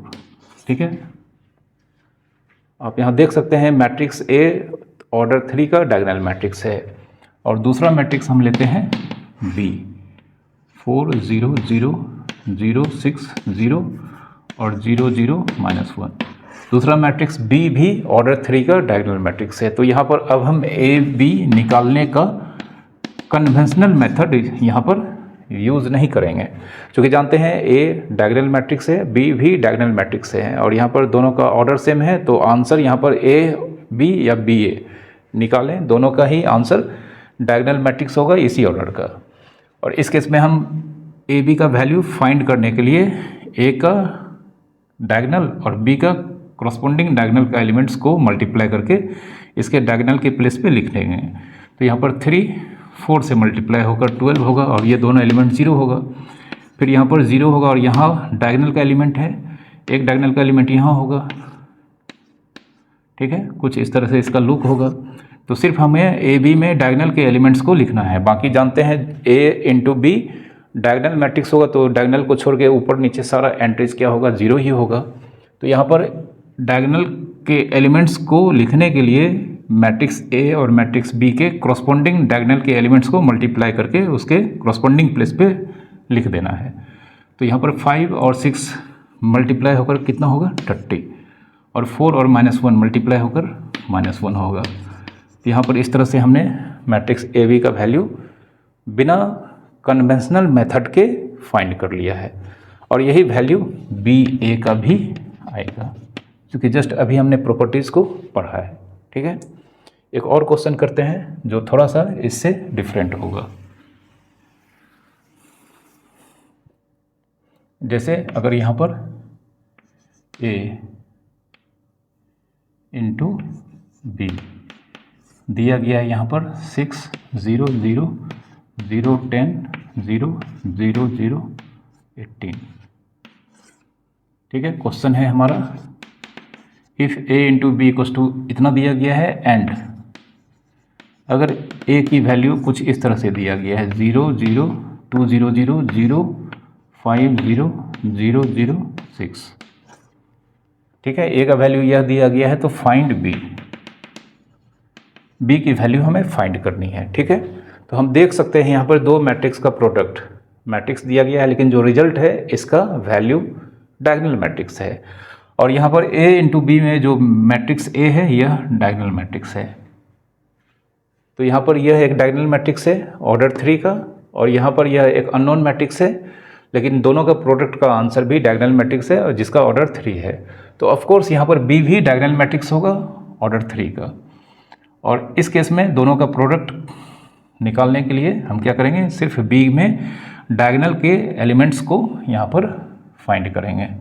तो a सबसे पहले a का वैल्यू लिखते हैं 2 0 0 0 5 0 0 0 6। तो b भी जानते हैं इस केस में डायगोनल मैट्रिक्स ही होगा, क्योंकि यहाँ पर a diagonal matrix b unknown matrix, पर दोनों का प्रोडक्ट डायगोनल मैट्रिक्स है और वह भी ऑर्डर a के ऑर्डर का डायगोनल मैट्रिक्स है। तो b भी यहाँ पर डायगोनल मैट्रिक्स होगा, क्योंकि diagonal matrix into diagonal matrix answer diagonal matrix होता है और दोनों ही डायगोनल मैट्रिक्स का यहाँ पर ऑर्डर सेम होगा, तभी यहाँ पर प्रोडक्ट एग्जिस्ट करेगा। तो b में यहाँ पर हम x 0 0 0 y 0 और 0 0 z ठीक है, यह बी का वैल्यू को रिप्रेजेंट करता है, या किसके वैल्यू को रिप्रेजेंट करता है, वैल्यू ऑफ मैट्रिक्स बी को रिप्रेजेंट करता है। और इन दोनों का प्रोडक्ट यहाँ पर 2 0 0 0 5 0 और 0 0 6। ठीक है, तो हम जानते हैं यहाँ पर 2x 2 हो जाएगा, सॉरी यह 6 है, 6 है, 10 है, 10 है, तो यहाँ पर 2 इंटू एक्स किसके बराबर होगा, 6 के बराबर। तो सिंस 2x इक्वल्स टू 6 तो x इक्वल्स टू 3। ठीक है, फिर 5y 10 के बराबर होगा, 5y 10 तो y इक्वल्स टू 2 होगा। और 6 इंटू जेड 18 के बराबर होगा, 6 इंटू जेड 18 तो z इक्वल्स टू कितना हो जाएगा, 3। तो x y z का वैल्यू अब हम यहाँ पर रख देंगे तो मैट्रिक्स B मालूम हो जाएगा। तो देयरफॉर मैट्रिक्स B x के प्लेस पे कितना रखेंगे, 3 0 0 0, y के प्लेस पे यहाँ पर 2 रखेंगे, 2 0 0 0, और z के प्लेस पे 3 रखेंगे। ठीक है, यह इसका आंसर होगा। ठीक है, तो इस तरह के क्वेश्चंस आपको एग्जाम में, बोर्ड के एग्जाम में पूछे जाते हैं 1 मार्क्स या 2 मार्क्स के। तो इस तरह का क्वेश्चंस अगर डायगोनल मैट्रिक्स आपको सबसे पहले मालूम कर लेना है कि डायगोनल मैट्रिक्स से रिलेटेड है, तो इसको बनाने में बहुत ही कम समय लगेगा और आपका आंसर भी सही आएगा। ओके, अब मैं यहाँ पर प्रोडक्ट के मतलब मैट्रिक्स के प्रोडक्ट्स के सारे प्रॉपर्टीज़ एक एक करके बताने जा रहा हूँ। तो आप सारे प्रॉपर्टीज़ को यहाँ पर ध्यान से देखेंगे ताकि इसके मीनिंग भी आपको समझ में आएंगे और बाद में आपको जब यूज़ करना होगा इसे तो आप इसे याद रख पाएंगे।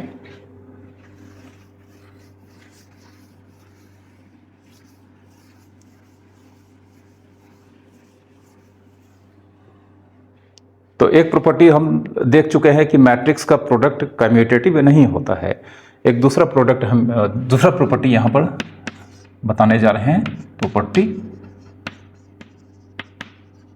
2। प्रॉपर्टी 2 यह कहता है कि A इंटू बी, दो मैट्रिक्स A एंड B का प्रोडक्ट में हम तीसरा मैट्रिक्स का प्रोडक्ट अगर एग्जिस्ट करता है निकालते हैं, या फर्स्ट को लास्ट दो मैट्रिक्स के प्रोडक्ट के साथ अगर मल्टीप्लाई करते हैं तो यह रिजल्ट हमेशा एग्जिस्ट करेगा, मतलब दोनों ही एग्जिस्ट करेगा। अगर यह एग्जिस्ट कर रहा है तो यह भी एग्जिस्ट करेगा, और न केवल एग्जिस्ट करेगा, यह दोनों रिजल्ट आपस में ऑलवेज इक्वल होंगे। तो यहाँ पर लिखा जाता है इफ इट एग्जिस्ट्स। ठीक है, मतलब यह प्रोडक्ट हम यहाँ पर सिर्फ ब्रैकेट का यहाँ पर आप देख सकते हैं ट्रांसफॉर्मेशन है। बाकी 1 नंबर पे मैट्रिक्स A है, 2 नंबर पे मैट्रिक्स B है और 3 नंबर पे मैट्रिक्स C है। RHS में भी 1 नंबर पे मैट्रिक्स A है, 2 नंबर पे मैट्रिक्स B है और 3 नंबर पे मैट्रिक्स C है। बस सिर्फ ब्रैकेट्स इधर से उधर हो गया है। यहाँ पे फर्स्ट 2 मैट्रिक्स के प्रोडक्ट को एक ब्रैकेट से अलग किया गया है। मतलब यहाँ पर फर्स्ट मैट्रिक्स AB है, दूसरा C है। तो यहाँ पर AB का प्रोडक्ट C के साथ निकालें या A का प्रोडक्ट BC के साथ निकालें। अगर यह एग्जिस्ट करता है, अगर यह LHS एग्जिस्ट करता है तो RHS भी एग्जिस्ट करेगा ही। हमें यहाँ पर सोचना भी नहीं है कि यह एग्जिस्ट करेगा या नहीं करेगा। अगर यह एग्जिस्ट करता है तो यह ऑटोमेटिकली एग्जिस्ट करेगा, और न केवल एग्जिस्ट करेगा बल्कि यह दोनों ही रिजल्ट आपस में हमेशा इक्वल होंगे। इसलिए हमने यहाँ पर लिखा है इफ़ इट एग्जिस्ट, अगर यह एग्जिस्ट करता है तब। ठीक है, इसका एग्जाम्पल जैसे A 3 1 1 2 2 1, A का ऑर्डर हम देख सकते हैं यहाँ पर कितना है 2/3। एक मैट्रिक्स B लेते हैं 2 1 1 2 3 4। ठीक है, दूसरा मैट्रिक्स हमने लिया है, इसका ऑर्डर हम देख सकते हैं 3/2 है। और C एक मैट्रिक्स लेते हैं 2 4 1 1। C एक मैट्रिक्स है जिसका ऑर्डर 2/2 है। तो सबसे पहले यहाँ पर A और B का प्रोडक्ट हम फाइंड करते हैं। ठीक है, A इंटू B। इस प्रॉपर्टी को वेरीफाई करने के लिए हमने यह एग्जाम्पल लिया है। जनरली इसके वेरिफिकेशंस के क्वेश्चंस आपको एग्जाम में आते हैं, मतलब इस तरह से 3 मैट्रिक्स दिए रहेंगे और यहाँ पर कहा जाएगा कि वेरीफाइड दिस, यह रिलेशन को वेरीफाई करना होता है इस एग्जाम्पल के हेल्प से। तो यहाँ पर 3 1 1 और यह 2 है 1 है। मैट्रिक्स बी का वैल्यू को हम इसके साइड में लिखते हैं 2 1 1 2 3 4। तो हम देख सकते हैं यहाँ पर, अब तो हम इस मैट्रिक्स का एग्जिस्ट करेगा या तो देखकर ही पता कर सकते हैं, और इसके बाद इसका आंसर का ऑर्डर क्या होगा यह भी मालूम कर सकते हैं। तो यहाँ पर इसका 3 कॉलम है, इसमें 3 रो है, तो ए बी एग्जिस्ट करेगा और ए बी का ऑर्डर 2 बाई 2 होगा। ठीक है, 2 बाई 2 इसका ऑर्डर होगा। तो फर्स्ट यहाँ का element first row first column 3 2 जा 6 प्लस 1 इंटू 1 1 और 1 इंटू 3। फिर यह element first row second column 3 1 जा 3 प्लस 1 इंटू 2 2 प्लस 1 इंटू 4 4 होगा। फिर 2 यह element second row first column, तो यहाँ पर सेकेंड रो और इसका फर्स्ट कॉलम लेंगे तो 2 2 जा 4 होगा। फिर 2 1 जा 2 होगा और 1 इंटू 3 3 होगा। ठीक है, फिर यह element second row second column, तो इसका सेकेंड रो इसका सेकेंड कॉलम लेंगे तो यहाँ पर 2 1 जा 2 होगा। ठीक है, प्लस 2 2 जा 4 एंड 1 4 जा 4। तो इस तरह से इसका वैल्यू हमें मिल चुका है 6 3 9 1 10 4 3 7 2 9 4 3 7 2 9 एंड 4 4 8 2 10। अब ए बी इंटू सी निकालते हैं। ठीक है, ए बी इंटू सी, तो सबसे पहले हमें ए बी का वैल्यू यहाँ पर रखना होगा। तो मैट्रिक्स ए बी का वैल्यू मतलब ए इंटू बी के प्रोडक्ट का वैल्यू यहाँ पर हमने निकाला है। तो पहला मैट्रिक्स यहाँ पर ए बी होगा, 10 है 9 है 9 है 10 है, और दूसरा मैट्रिक्स सी, इसका वैल्यू यहाँ ऊपर में दिया गया है 2 4 1 1। इन दोनों के प्रोडक्ट का ऑर्डर भी 2 मतलब 2 बाई 2 होगा। यहाँ पर 10 2 जा 20 प्लस 9 1 जा 9, फिर 10 4 जा 40 और 9 1 जा 9, फिर 9 2 जा 18 एंड 10 1 जा 10, 9 4 जा 36 एंड 10 1 जा 10। ठीक है, तो इस तरह से इसका आंसर कितना हो जाएगा 29 40 प्लस 9 49 18 प्लस 10 28 और 36 प्लस 10 46। ठीक है, ए बी इंटू सी का वैल्यू हम निकाल कर रख चुके हैं। अब हम RHS पे काम करेंगे। तो RHS पे सबसे पहले हम बी और सी का प्रोडक्ट का वैल्यू निकालते हैं। ठीक है, इसको मिटा लेते हैं।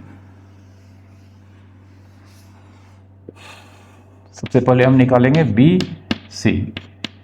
तो बी का वैल्यू यहाँ पर दिया गया है 2 1 1 2 3 4 और सी का वैल्यू दिया गया है 2 4 1 1।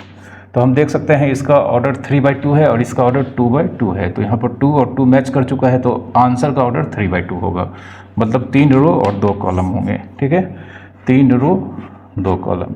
तो यहाँ पर जो एलिमेंट होगा यह फर्स्ट रो फर्स्ट कॉलम का होगा, तो इसका फर्स्ट रो इसका फर्स्ट कॉलम लेंगे 2 2 जा 4 प्लस 1 इंटू 1 1। फिर यहाँ पर element first row second column, तो इसका फर्स्ट रो इसका सेकेंड कॉलम लिया जाएगा 2 4 जा 8 प्लस 1 इंटू 1 1 होगा। फिर यहाँ पर जो एलिमेंट होगा यह second row first column second row first column 1 into 2 2 plus 2 1 जा 2। फिर यहाँ पर second row second column second row second column, तो यहाँ पर सेकेंड रो और सेकेंड कॉलम, तो 1 इंटू 4 4 और 2 1 जा 2। यहाँ पर थर्ड रो फर्स्ट कॉलम, तो थर्ड रो फर्स्ट कॉलम 3 2 जा 6 और 4 1 जा 4। ठीक है, और यहाँ पर थर्ड रो फर्स्ट कॉलम, तो थर्ड रो फर्स्ट कॉलम 3 4 जा 12 और 4 1 जा 4। ठीक है, तो यहाँ पर 4 1 5 8 1 9 2 2 4 4 2 6 6 4, यहाँ पर यह 6 है 6 4 10 होगा और 12 4 16 होगा। ठीक है, तो यहाँ पर b इंटू सी का वैल्यू हमने निकाल लिया है।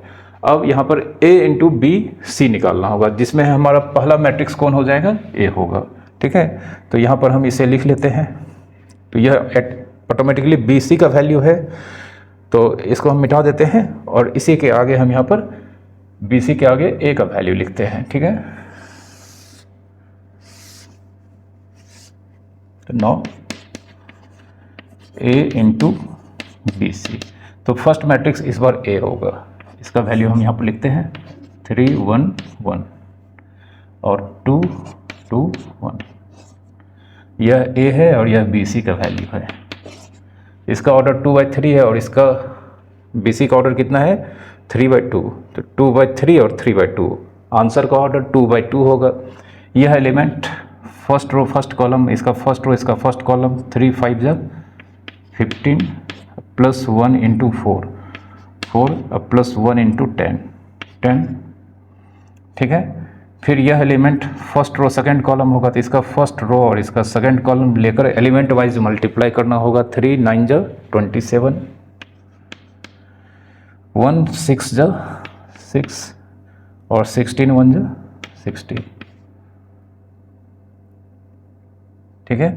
फिर यह एलिमेंट हमारा सेकेंड रो फर्स्ट कॉलम है, तो इसका सेकेंड रो और इसका फर्स्ट कॉलम लेंगे। 5 2 जा 10 होगा, 2 4 जा 8 और 1 इंटू 10, इसकी वैल्यू 10 होगी। फिर यहाँ पर जो एलिमेंट है यह सेकेंड रो सेकेंड कॉलम, तो इसका सेकेंड रो और इसका सेकेंड कॉलम लेंगे। 9 और 2 से मल्टीप्लाई करेंगे तो यहाँ पर 18 होगा, 2 और 6 से मल्टीप्लाई होने पर 12 होगा और 1 और 16 से मल्टीप्लाई होने पर 16 होगा, ठीक है। इसका वैल्यू हम यहाँ पर लिखते हैं, इसका वैल्यू यहाँ पर लिखते हैं 15 10 25 और 4 29। फिर यहाँ पर 6 6 12 और 7 19 1 2 3 1 4 49 होगा। फिर 10 10 20 प्लस 8 28 होगा और यहाँ पर 8 to 10 6 16 1 1 2 1 3 1 4। तो यहाँ पर इस मैट्रिक्स का वैल्यू किसको रिप्रेजेंट करता है, A इंटू BC को, और यहाँ पर हमने निकाला है AB इंटू C का वैल्यू। आप देख सकते हैं यह रिजल्ट और यह रिजल्ट सेम है, यह AB इंटू C का वैल्यू है और यह A इंटू BC का वैल्यू है। यह दोनों ही रिजल्ट क्या आया है, सेम आया है। तो इस तरह से इस प्रॉपर्टीज़ को यह जस्टिफाई करता है, ठीक है। तो आपको यह याद रखना है। इसे मैट्रिक्स का एसोसिएटिव भी कहा जाता है, मतलब एसोसिएटिव प्रॉपर्टी, एसोसिएटिव प्रॉपर्टी मतलब मैट्रिक्स का प्रोडक्ट एसोसिएटिव होता है अगर वह एग्जिस्ट करता है, तो मैट्रिक्स का प्रोडक्ट एसोसिएटिव होता है अगर वह एग्जिस्ट करता है। तो इट मीन्स अगर यह एग्जिस्ट करेगा तो यह एग्जिस्ट करेगा या नहीं करेगा इसके लिए हमें जाना ही नहीं है, यह भी एग्जिस्ट करेगा। और इस केस में दोनों ही आंसर मतलब दोनों ही मैट्रिक्स के आंसर सेम होंगे, ठीक है। इस प्रॉपर्टी को आपको याद रखना है, ओके। नेक्स्ट प्रॉपर्टी को मैट्रिक्स के प्रोडक्ट का डिस्ट्रीब्यूटिव प्रॉपर्टी कहा जाता है। तो यह क्या होता है, इसे यहाँ पर समझते हैं।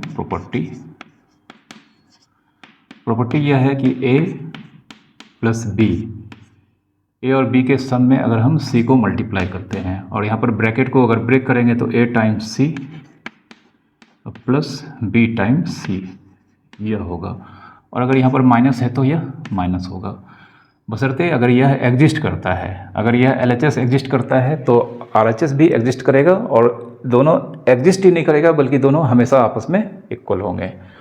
तो यहाँ पर हमें लिखना होगा इफ़ इट एग्जिस्ट। फिर इसी में दूसरा प्रॉपर्टी यहाँ पर A times B plus C, मतलब A में B और C का सम को मल्टीप्लाई करेंगे और ब्रैकेट अगर यहाँ पर ब्रेक करेंगे तो A टाइम्स B, फिर यहाँ पर प्लस होगा A टाइम्स C, ठीक है। और अगर यहाँ पर माइनस रहा तो यहाँ पर माइनस लिखेंगे। यह प्रॉपर्टी भी अगर यह LHS एग्जिस्ट करेगा तो RHS एग्जिस्ट करेगा ही, और दोनों आपस में ऑलवेज इक्वल होंगे। तो यहाँ पर सिर्फ एग्जिस्ट करता है या नहीं करता है यह मालूम करना है हमें, इफ़ इट एग्जिस्ट। और यह दोनों property combinedly distributive property of multiplication over addition कहलाता है, ठीक है। Distributive property, distributive property. ठीक है, इसको आपको याद रखना है। इसके वेरिफिकेशंस के क्वेश्चंस आपके एग्ज़ाम में पूछे जाते हैं, तो इसको हम वेरीफाई कर लेते हैं एक एग्जाम्पल के हेल्प से। और यहाँ पर हम जिस प्रॉपर्टी को वेरीफाई करने वाले हैं वह हमारा यह है a plus B into C, bracket को ब्रेक करेंगे तो यहाँ पर ए सी प्लस बी सी। इसे हम यहाँ पर एग्जाम्पल के हेल्प से वेरीफाई करेंगे, ठीक है। तो इसके लिए हमें 3 मैट्रिक्स लेना होगा। तो एक मैट्रिक्स लेते हैं ए 1 2 3 2 1 0। दूसरा मैट्रिक्स हम लेते हैं बी 2 1 1 3 2 -1, ठीक है। और तीसरा मैट्रिक्स सी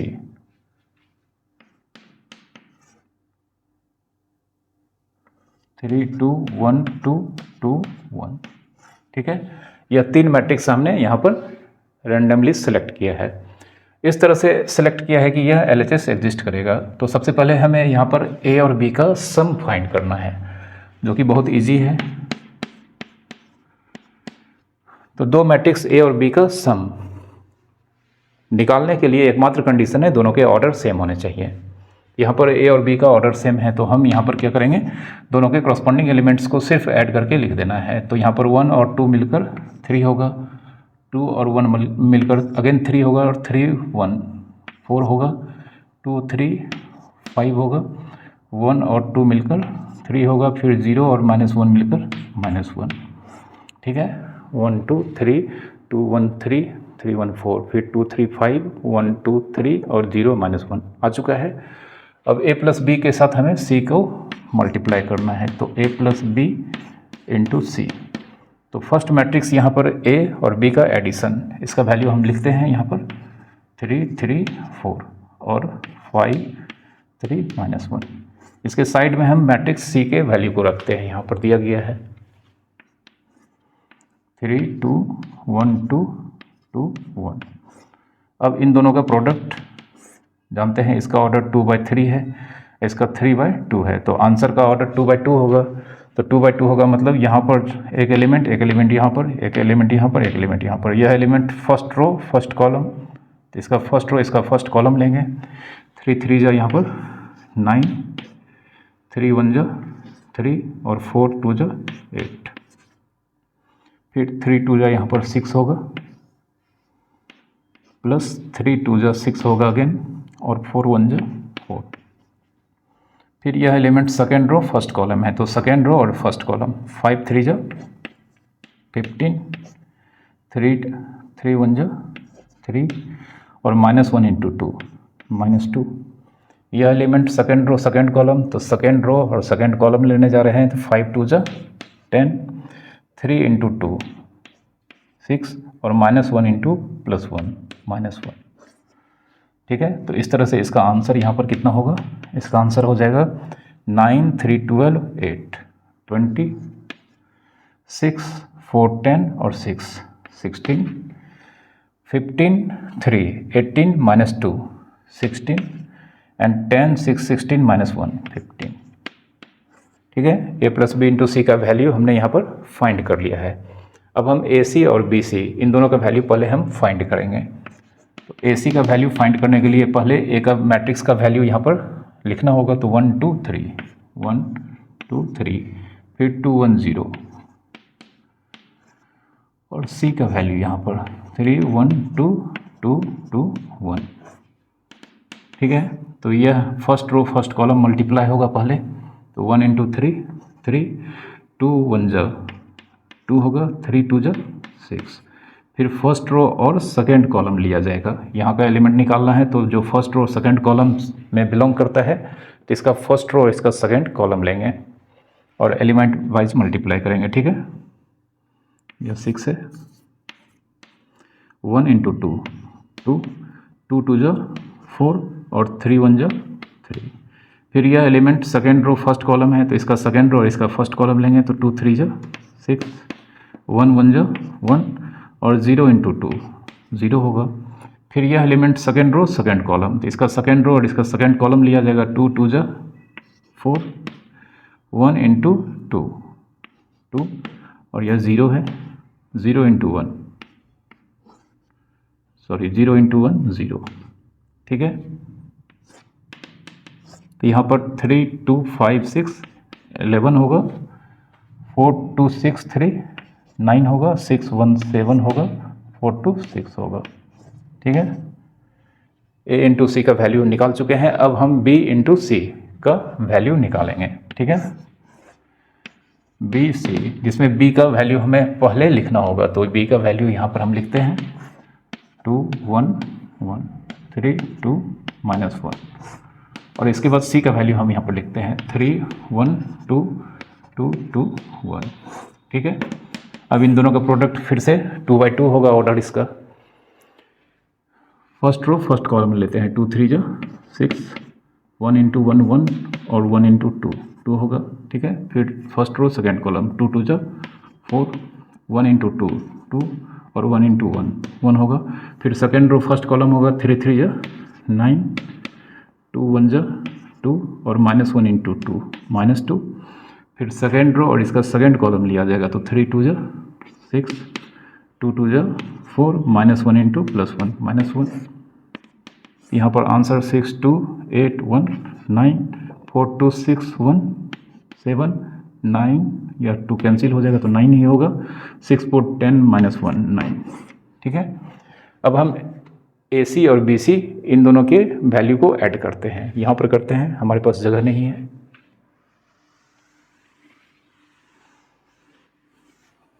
now AC + BC, तो AC का वैल्यू हमने यहाँ पर निकाला है 11 7 9 6, और BC का वैल्यू यहाँ पर निकाला है हमने 9 9 7 9।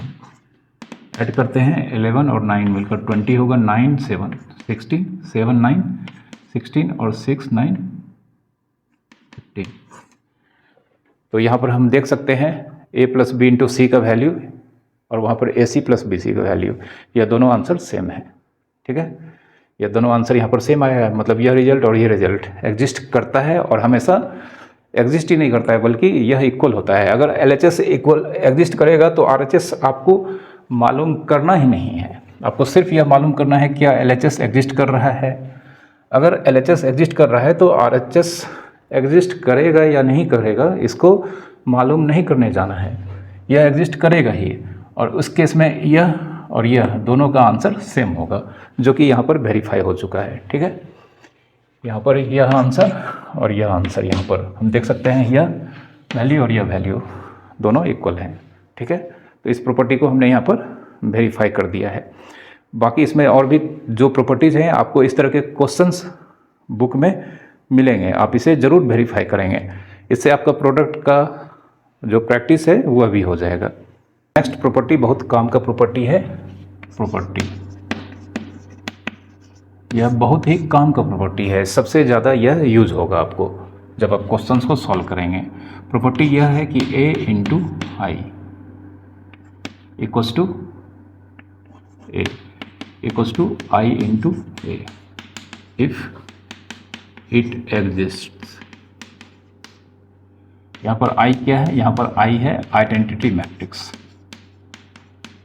आइडेंटिटी मैट्रिक्स, ठीक है। यह प्रॉपर्टी बोलता है कि अगर A × एक मैट्रिक्स और आइडेंटिटी मैट्रिक्स का प्रोडक्ट अगर एग्जिस्ट करता है तो हमें यहाँ पर प्रोडक्ट को एक्चुअल में परफॉर्म नहीं करना है, आंसर इसका A होगा। फिर अगर आइडेंटिटी मैट्रिक्स × A एग्जिस्ट करता है तब भी हमें मैट्रिक्स का एक्चुअल प्रोडक्ट प्रोसीजर को परफॉर्म नहीं करना है, इसका आंसर मैट्रिक्स A ही होगा, ठीक है।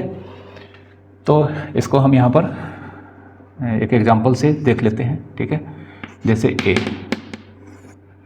A हम ले लेते हैं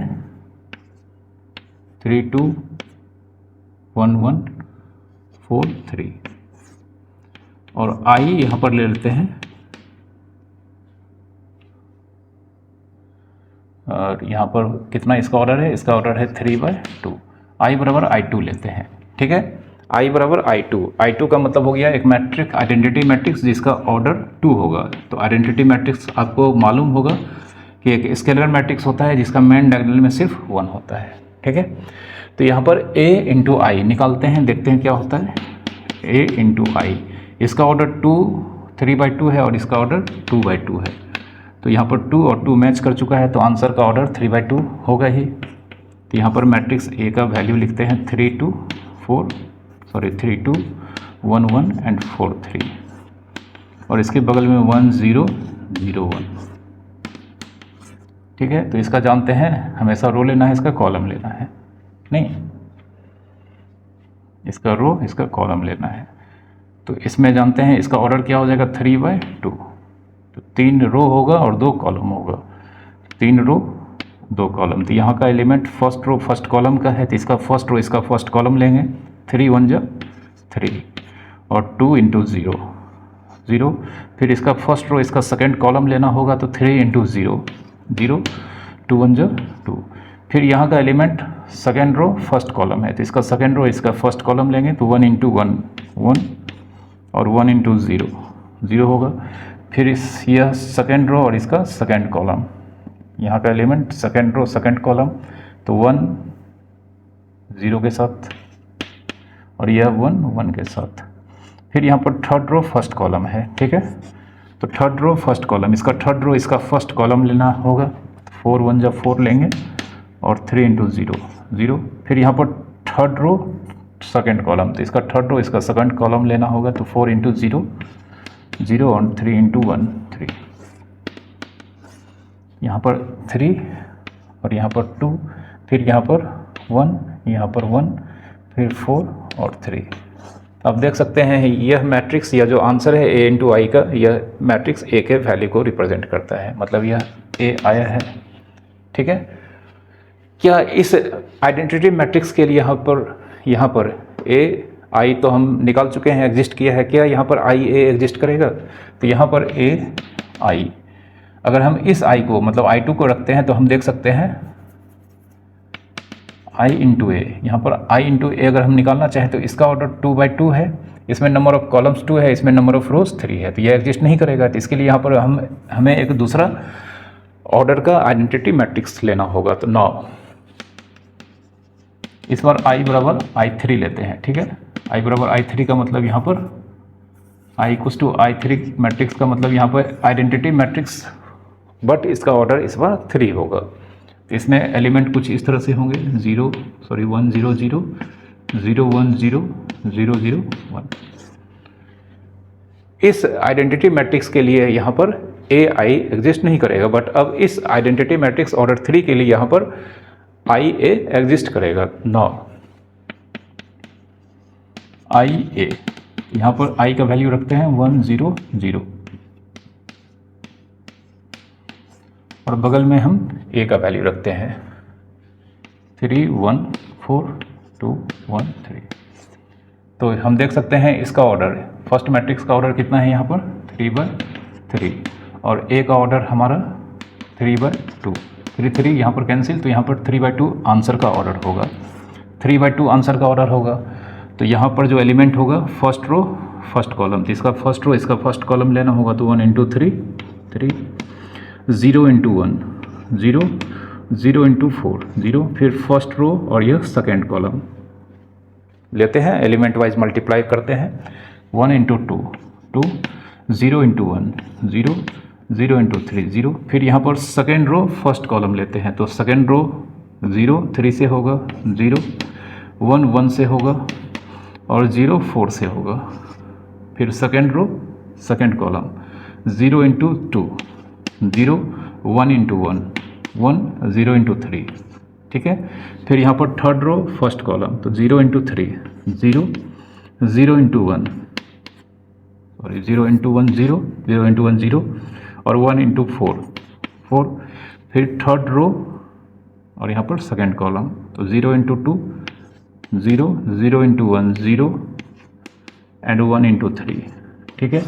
तो अगर हम इसे अब ऐड करें तो हम देख सकते हैं यहाँ पर 3 होगा, यहाँ पर 1 होगा, यहाँ पर 4 होगा, यहाँ पर 2 होगा, यहाँ पर 1 होगा, यहाँ पर 3 होगा, और यह मैट्रिक्स A के वैल्यू को रिप्रेजेंट कर रहा है यहाँ पर, ठीक है। तो इस प्रॉपर्टी का कहने का मतलब, इस प्रॉपर्टी का कंक्लूजन यही निकलता है कि अगर A इंटू आई एग्जिस्ट करता है, तो हमें इतना लंबा चौड़ा यहाँ पर प्रोडक्ट के प्रोसेस से नहीं गुजरना है, डायरेक्ट आंसर इसका ए लिखना है। बस आपको मालूम करना है ए इंटू आई एग्जिस्ट कर रहा है या नहीं कर रहा है। अगर कर रहा है ए इंटू आई तो यहाँ पर आंसर ए होगा, और आई इंटू ए भी अगर एग्जिस्ट कर रहा है तब भी हमें इस तरह के प्रोडक्ट के लंबे चौड़े मेथड से नहीं गुजरना है, इसका आंसर भी ए होगा। ठीक है, ए आई अगर एग्जिस्ट कर रहा है तो ए लिखना है, आई इंटू ए अगर एग्जिस्ट कर रहा है तो आंसर ए होगा। विदाउट एनी प्रोडक्ट का मेथड परफॉर्म करके हमें यहाँ पर डायरेक्ट ए लिखना है। ओके, बहुत काम का प्रॉपर्टी है। अभी जो प्रॉपर्टी हम आपको बताने जा रहे हैं यह सिर्फ और सिर्फ स्क्वायर मैट्रिक्स से रिलेटेड है, और यह बहुत ही काम के प्रॉपर्टी हैं। तो यहाँ पर सबसे पहले एग्जाम्पल से इसे समझते हैं। ठीक है, जैसे एक एग्जाम्पल है ए, मैट्रिक्स है, ऑर्डर है 2×2। एक मैट्रिक्स है स्क्वायर मैट्रिक्स, ऑर्डर 2×2। तो क्या यहाँ पर ए इंटू ए यह एग्जिस्ट करेगा? ए इंटू ए हमें एग्जिस्ट करेगा या नहीं करेगा? तो हम पहले ए का ऑर्डर लिखते हैं 2×2, बाद में ए का ऑर्डर लिखते हैं 2×2। हम देख सकते हैं यह कॉलम और यह रो सेम है, तो यहाँ पर यह दोनों इक्वल है, इसलिए यहाँ पर ए इंटू ए का ऑर्डर मतलब एग्जिस्ट करेगा और इसका ऑर्डर भी 2×2 होगा। ठीक है, तो अगर ए स्क्वायर मैट्रिक्स है तो उस मैट्रिक्स का प्रोडक्ट सेल्फ के साथ ऑलवेज एग्जिस्ट करेगा, और इसका आंसर का ऑर्डर भी जो मैट्रिक्स ए था उसके ऑर्डर के इक्वल्स होगा। ठीक है, यहाँ पर ए इंटू ए को ए स्क्वायर लिखते हैं, मैट्रिक्स ए और उसका सेल्फ के साथ प्रोडक्ट, बशर्ते यहाँ पर ए स्क्वायर मैट्रिक्स होता हुआ, यहाँ पर हम लिख देते हैं स्क्वायर मैट्रिक्स। ठीक है, तो ए इंटू ए को यहाँ पर डिनोट किया जाता है A square. It is just a symbol, ऐसा नहीं कि आप मैट्रिक्स ए के सारे एलिमेंट को स्क्वायर कर देना है आपको। Matrix A into matrix A, जब मैट्रिक्स ए स्क्वायर मैट्रिक्स होगा तो इसे रिप्रेजेंट करने के लिए, डिनोट करने के लिए ए स्क्वायर यूज़ किया जाता है। ठीक है, और इसका ऑर्डर भी 2×2 होगा। ठीक है, अब क्या यहाँ पर ए इंटू ए यह एग्जिस्ट करेगा? ए इंटू ए क्या यह एग्जिस्ट करेगा? तो हम यहाँ पर फिर से चेक कर लेते हैं। ए इंटू ए का ऑर्डर कितना था? 2×2, और यह ए का ऑर्डर कितना है? 2×2। तो फिर से यहाँ पे फर्स्ट मैट्रिक्स में कॉलम और सेकेंड मैट्रिक्स में रो सेम है, तो यह यहाँ पर प्रोडक्ट फिर से एक बार एग्जिस्ट करेगा, और यहाँ पर इसका प्रोडक्ट का ऑर्डर भी 2×2 होगा। ठीक है, तो देयरफॉर ए इंटू ए जिसे हम ए क्यूब लिखेंगे। ठीक है, क्योंकि ए इंटू ए को हमने क्या लिखा था? ए स्क्वायर इंटू ए, जिसे ए क्यूब लिखा जाता है। ठीक है, और इसका ऑर्डर भी क्या होगा? 2×2। ठीक है, तो इस तरह से हम देख सकते हैं। और एक चीज़ और, हमने आपको थोड़ी देर पहले पढ़ाया था कि A into B into C बराबर A B C, A B into C equals to A into B सी।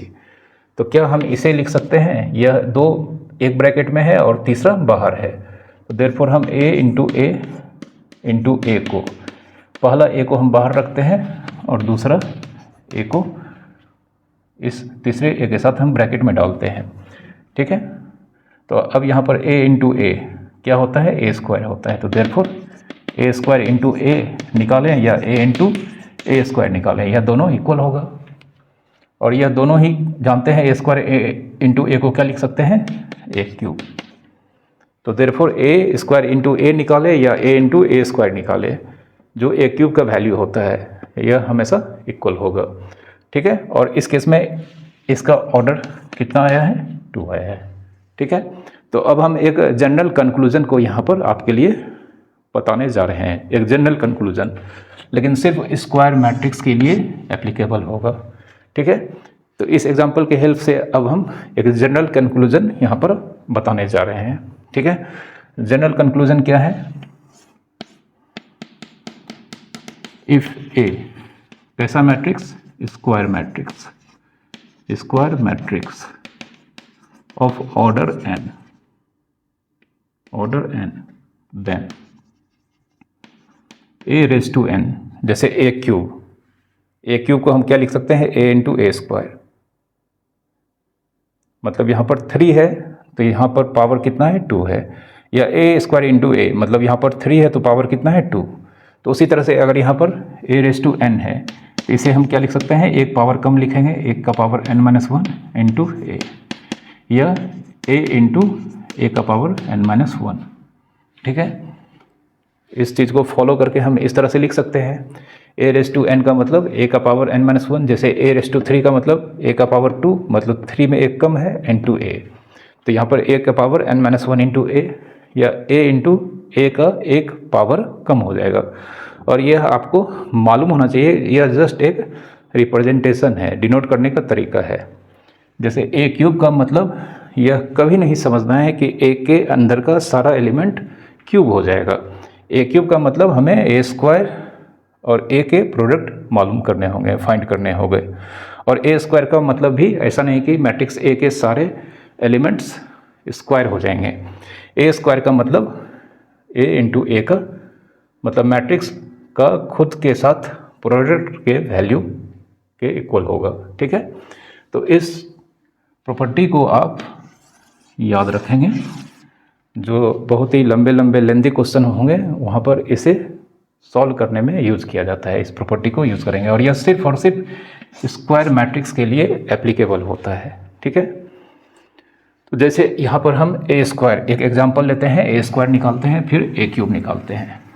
ठीक है, जैसे एग्जांपल लेते हैं ए 3 1 1 2, देयरफॉर ए स्क्वायर का मतलब ए इंटू ए, तो पहला मैट्रिक्स ए है और दूसरा मैट्रिक्स भी ए ही है। अब चूंकि ए का ऑर्डर 2 है, इस ए का ऑर्डर 2 है, तो ए स्क्वायर मतलब ए इंटू ए का ऑर्डर भी यहाँ पर 2 ही होगा। ठीक है, तो इसका फर्स्ट रो, इसका फर्स्ट कॉलम 3 3 जा 9, 1 इंटू 1 1 होगा, फिर 3 1 जा 3 और 1 इंटू 2 2 होगा, फिर 1 इंटू 3 3 और 2 इंटू 1 2 होगा, फिर 1 इंटू 1 1 होगा और 2 इंटू 2 4 होगा। इस तरह से यहाँ पर यह 10 5 5 5 यह ए स्क्वायर का वैल्यू आया है। अब अगर हम ए क्यूब का वैल्यू निकालना चाहें, ठीक है, ए क्यूब, तो नौ ए क्यूब निकालने के लिए हमें ए स्क्वायर इंटू ए या ए इंटू ए स्क्वायर, इन दोनों में से किसी एक का वैल्यू फाइंड करेंगे, हमारा ए क्यूब का वैल्यू आएगा और दोनों आंसर सेम होंगे। यह आपको हमने अभी बता दिया है। तो ए स्क्वायर का वैल्यू हम यहाँ पर लिखते हैं 10 5 5 5 इंटू इसके बगल में हम मैट्रिक्स ए के वैल्यू को लिखते हैं 3 1 1 2। जानते हैं इन दोनों का प्रोडक्ट का ऑर्डर भी 2 होगा, तो यहाँ पर फर्स्ट रो फर्स्ट कॉलम 10 3 जा 30 और 5 1 जा 5, फिर फर्स्ट रो सेकेंड कॉलम लेते हैं 10 इंटू 1 10 और 5 2 जा 10, फिर सेकेंड रो फर्स्ट कॉलम लेते हैं तो 5 3 जा 15 और 5 1 जा 5, फिर सेकेंड रो सेकेंड कॉलम लेते हैं तो 5 1 जा 5 और 5 2 जा 10, तो यहाँ पर 30 और 5 मिलकर 35 होगा, 10 और 10 मिलकर 20 होगा, 15 और 5 मिलकर 20 होगा और 10 और 5 मिलकर 15 होगा। यह ए क्यूब निकालने के लिए हमें इस तरह का ऑपरेशन परफॉर्म करना होगा। ठीक है, ऐसा नहीं कि मैट्रिक्स ए के अंदर जितने भी एलिमेंट्स हैं इसका आप क्यूब कर देंगे और आंसर लिख देंगे, यह टोटली रॉन्ग होगा। ए क्यूब निकालने के लिए हमें सबसे पहले ए स्क्वायर निकालना होगा, फिर ए स्क्वायर इंटू ए, इन दोनों मैट्रिक्स के प्रोडक्ट के वैल्यू फाइंड करने होंगे। और ये सारे सिंबल ए स्क्वायर या ए क्यूब सिर्फ और सिर्फ स्क्वायर मैट्रिक्स के लिए एप्लीकेबल हैं। जब मैट्रिक्स नॉन स्क्वायर मैट्रिक्स होगा तो इस तरह का कोई भी सिंबल हम यूज नहीं कर सकते हैं।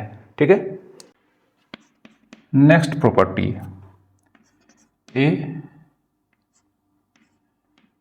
एनी मैट्रिक्स एंड यहाँ पर ओ नल मैट्रिक्स। एक किसी भी ऑर्डर का मैट्रिक्स है और ओ नल मैट्रिक्स है। नल मैट्रिक्स को हमें मालूम है ओ से रिप्रेजेंट करना होता है तो देन A इंटू ओ होगा इफ इट एग्जिस्ट, और O इंटू ए, यह भी O ही होगा इफ इट एग्जिस्ट। मतलब किसी भी मैट्रिक्स को अगर नल मैट्रिक्स के साथ मल्टीप्लाई करते हैं और अगर यह एग्जिस्ट करता है तो आंसर नल मैट्रिक्स होगा। ये आपको याद रखना है। बहुत सिंपल है, एक एग्जांपल ले लेते हैं, जैसे A 2 0 0 2 5 6 0 या 7, और यहाँ पर B नल मैट्रिक्स लेते हैं 0 0 0। ठीक है, मैट्रिक्स बी हमने ऑर्डर 3 का नल मैट्रिक्स लिया है। नल मैट्रिक्स या जीरो मैट्रिक्स वह मैट्रिक्स होता है जिसके सारे एंट्रीज ज़ीरो होते हैं। मैट्रिक्स के टाइप्स में हमने ये सब बताया है। तो यहाँ पर ए का ऑर्डर 2/2 है, इसका ऑर्डर 2/3 है। तो हम देख सकते हैं इसमें नंबर ऑफ कॉलम्स 2 है और इसमें नंबर ऑफ रोज 2 है। तो यहाँ पर ए इंटू ओ एग्जिस्ट करेगा। तो एग्जिस्ट करेगा तो हम इसे वेरीफाई कर लेते हैं, नल मैट्रिक्स ही आंसर होगा। इस केस में सिर्फ हमें मालूम करना होता है कि यह एग्जिस्ट कर रहा है या नहीं कर रहा है। अगर करेगा तो यह भी एक नल मैट्रिक्स ही होगा। इसका आंसर 2 5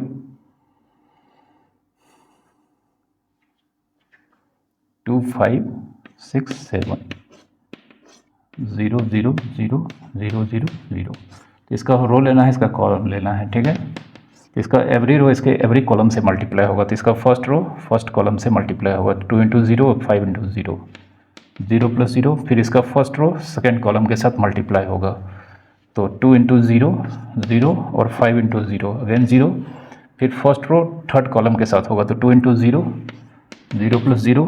फिर सेकेंड रो फर्स्ट कॉलम के साथ मल्टीप्लाई होगा। तो 6 इंटू 0 और 7 इंटू 0 0 प्लस 0 6 7 0 0 से होगा। ठीक है, और फिर 6 7 0 0 से होगा।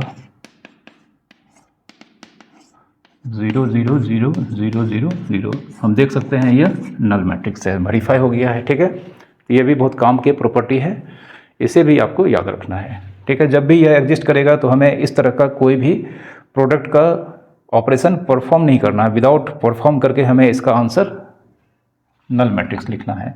और यहाँ पर यह कोई ज़रूरी नहीं है कि यहाँ पर नल मैट्रिक्स का ऑर्डर 2/3 है तो आंसर का ऑर्डर 2/3 का नल मैट्रिक्स होगा। यहाँ पर नल मैट्रिक्स होगा बट इसका ऑर्डर जो गिवन नल मैट्रिक्स है इसके ऑर्डर के जैसा हो भी सकता है और नहीं भी हो सकता है। यह आपको याद रखना है। ठीक है, तो इस लेक्चर को आज मैं यहीं पर समाप्त करता हूँ। उम्मीद करता हूँ कि आपने इस लेक्चर को बिना स्किप करके देखा होगा और आपको मैट्रिक्स के प्रोडक्ट और इसके सारे प्रॉपर्टीज़ के जितने भी फैक्ट्स मैंने आज इस लेक्चर में बताए हैं आप उसे अच्छी तरह से समझ पाए होंगे। तो अगर आप हमारे लेक्चर्स को देखते हैं और इससे बहुत कुछ सीख पाते हैं, जितने भी नए नए फैक्ट्स हैं वो सीख पाते हैं, तो आप इसे ज़रूर लाइक करें और शेयर करें। और अगर आप हमारे चैनल पर पहली बार आए हैं या अब तक आपने हमारे चैनल को सब्सक्राइब नहीं किया है तो जल्दी से आप इसे सब्सक्राइब कर लें और नोटिफिकेशन बेल को भी ऑन कर लें। Thank you very much for watching.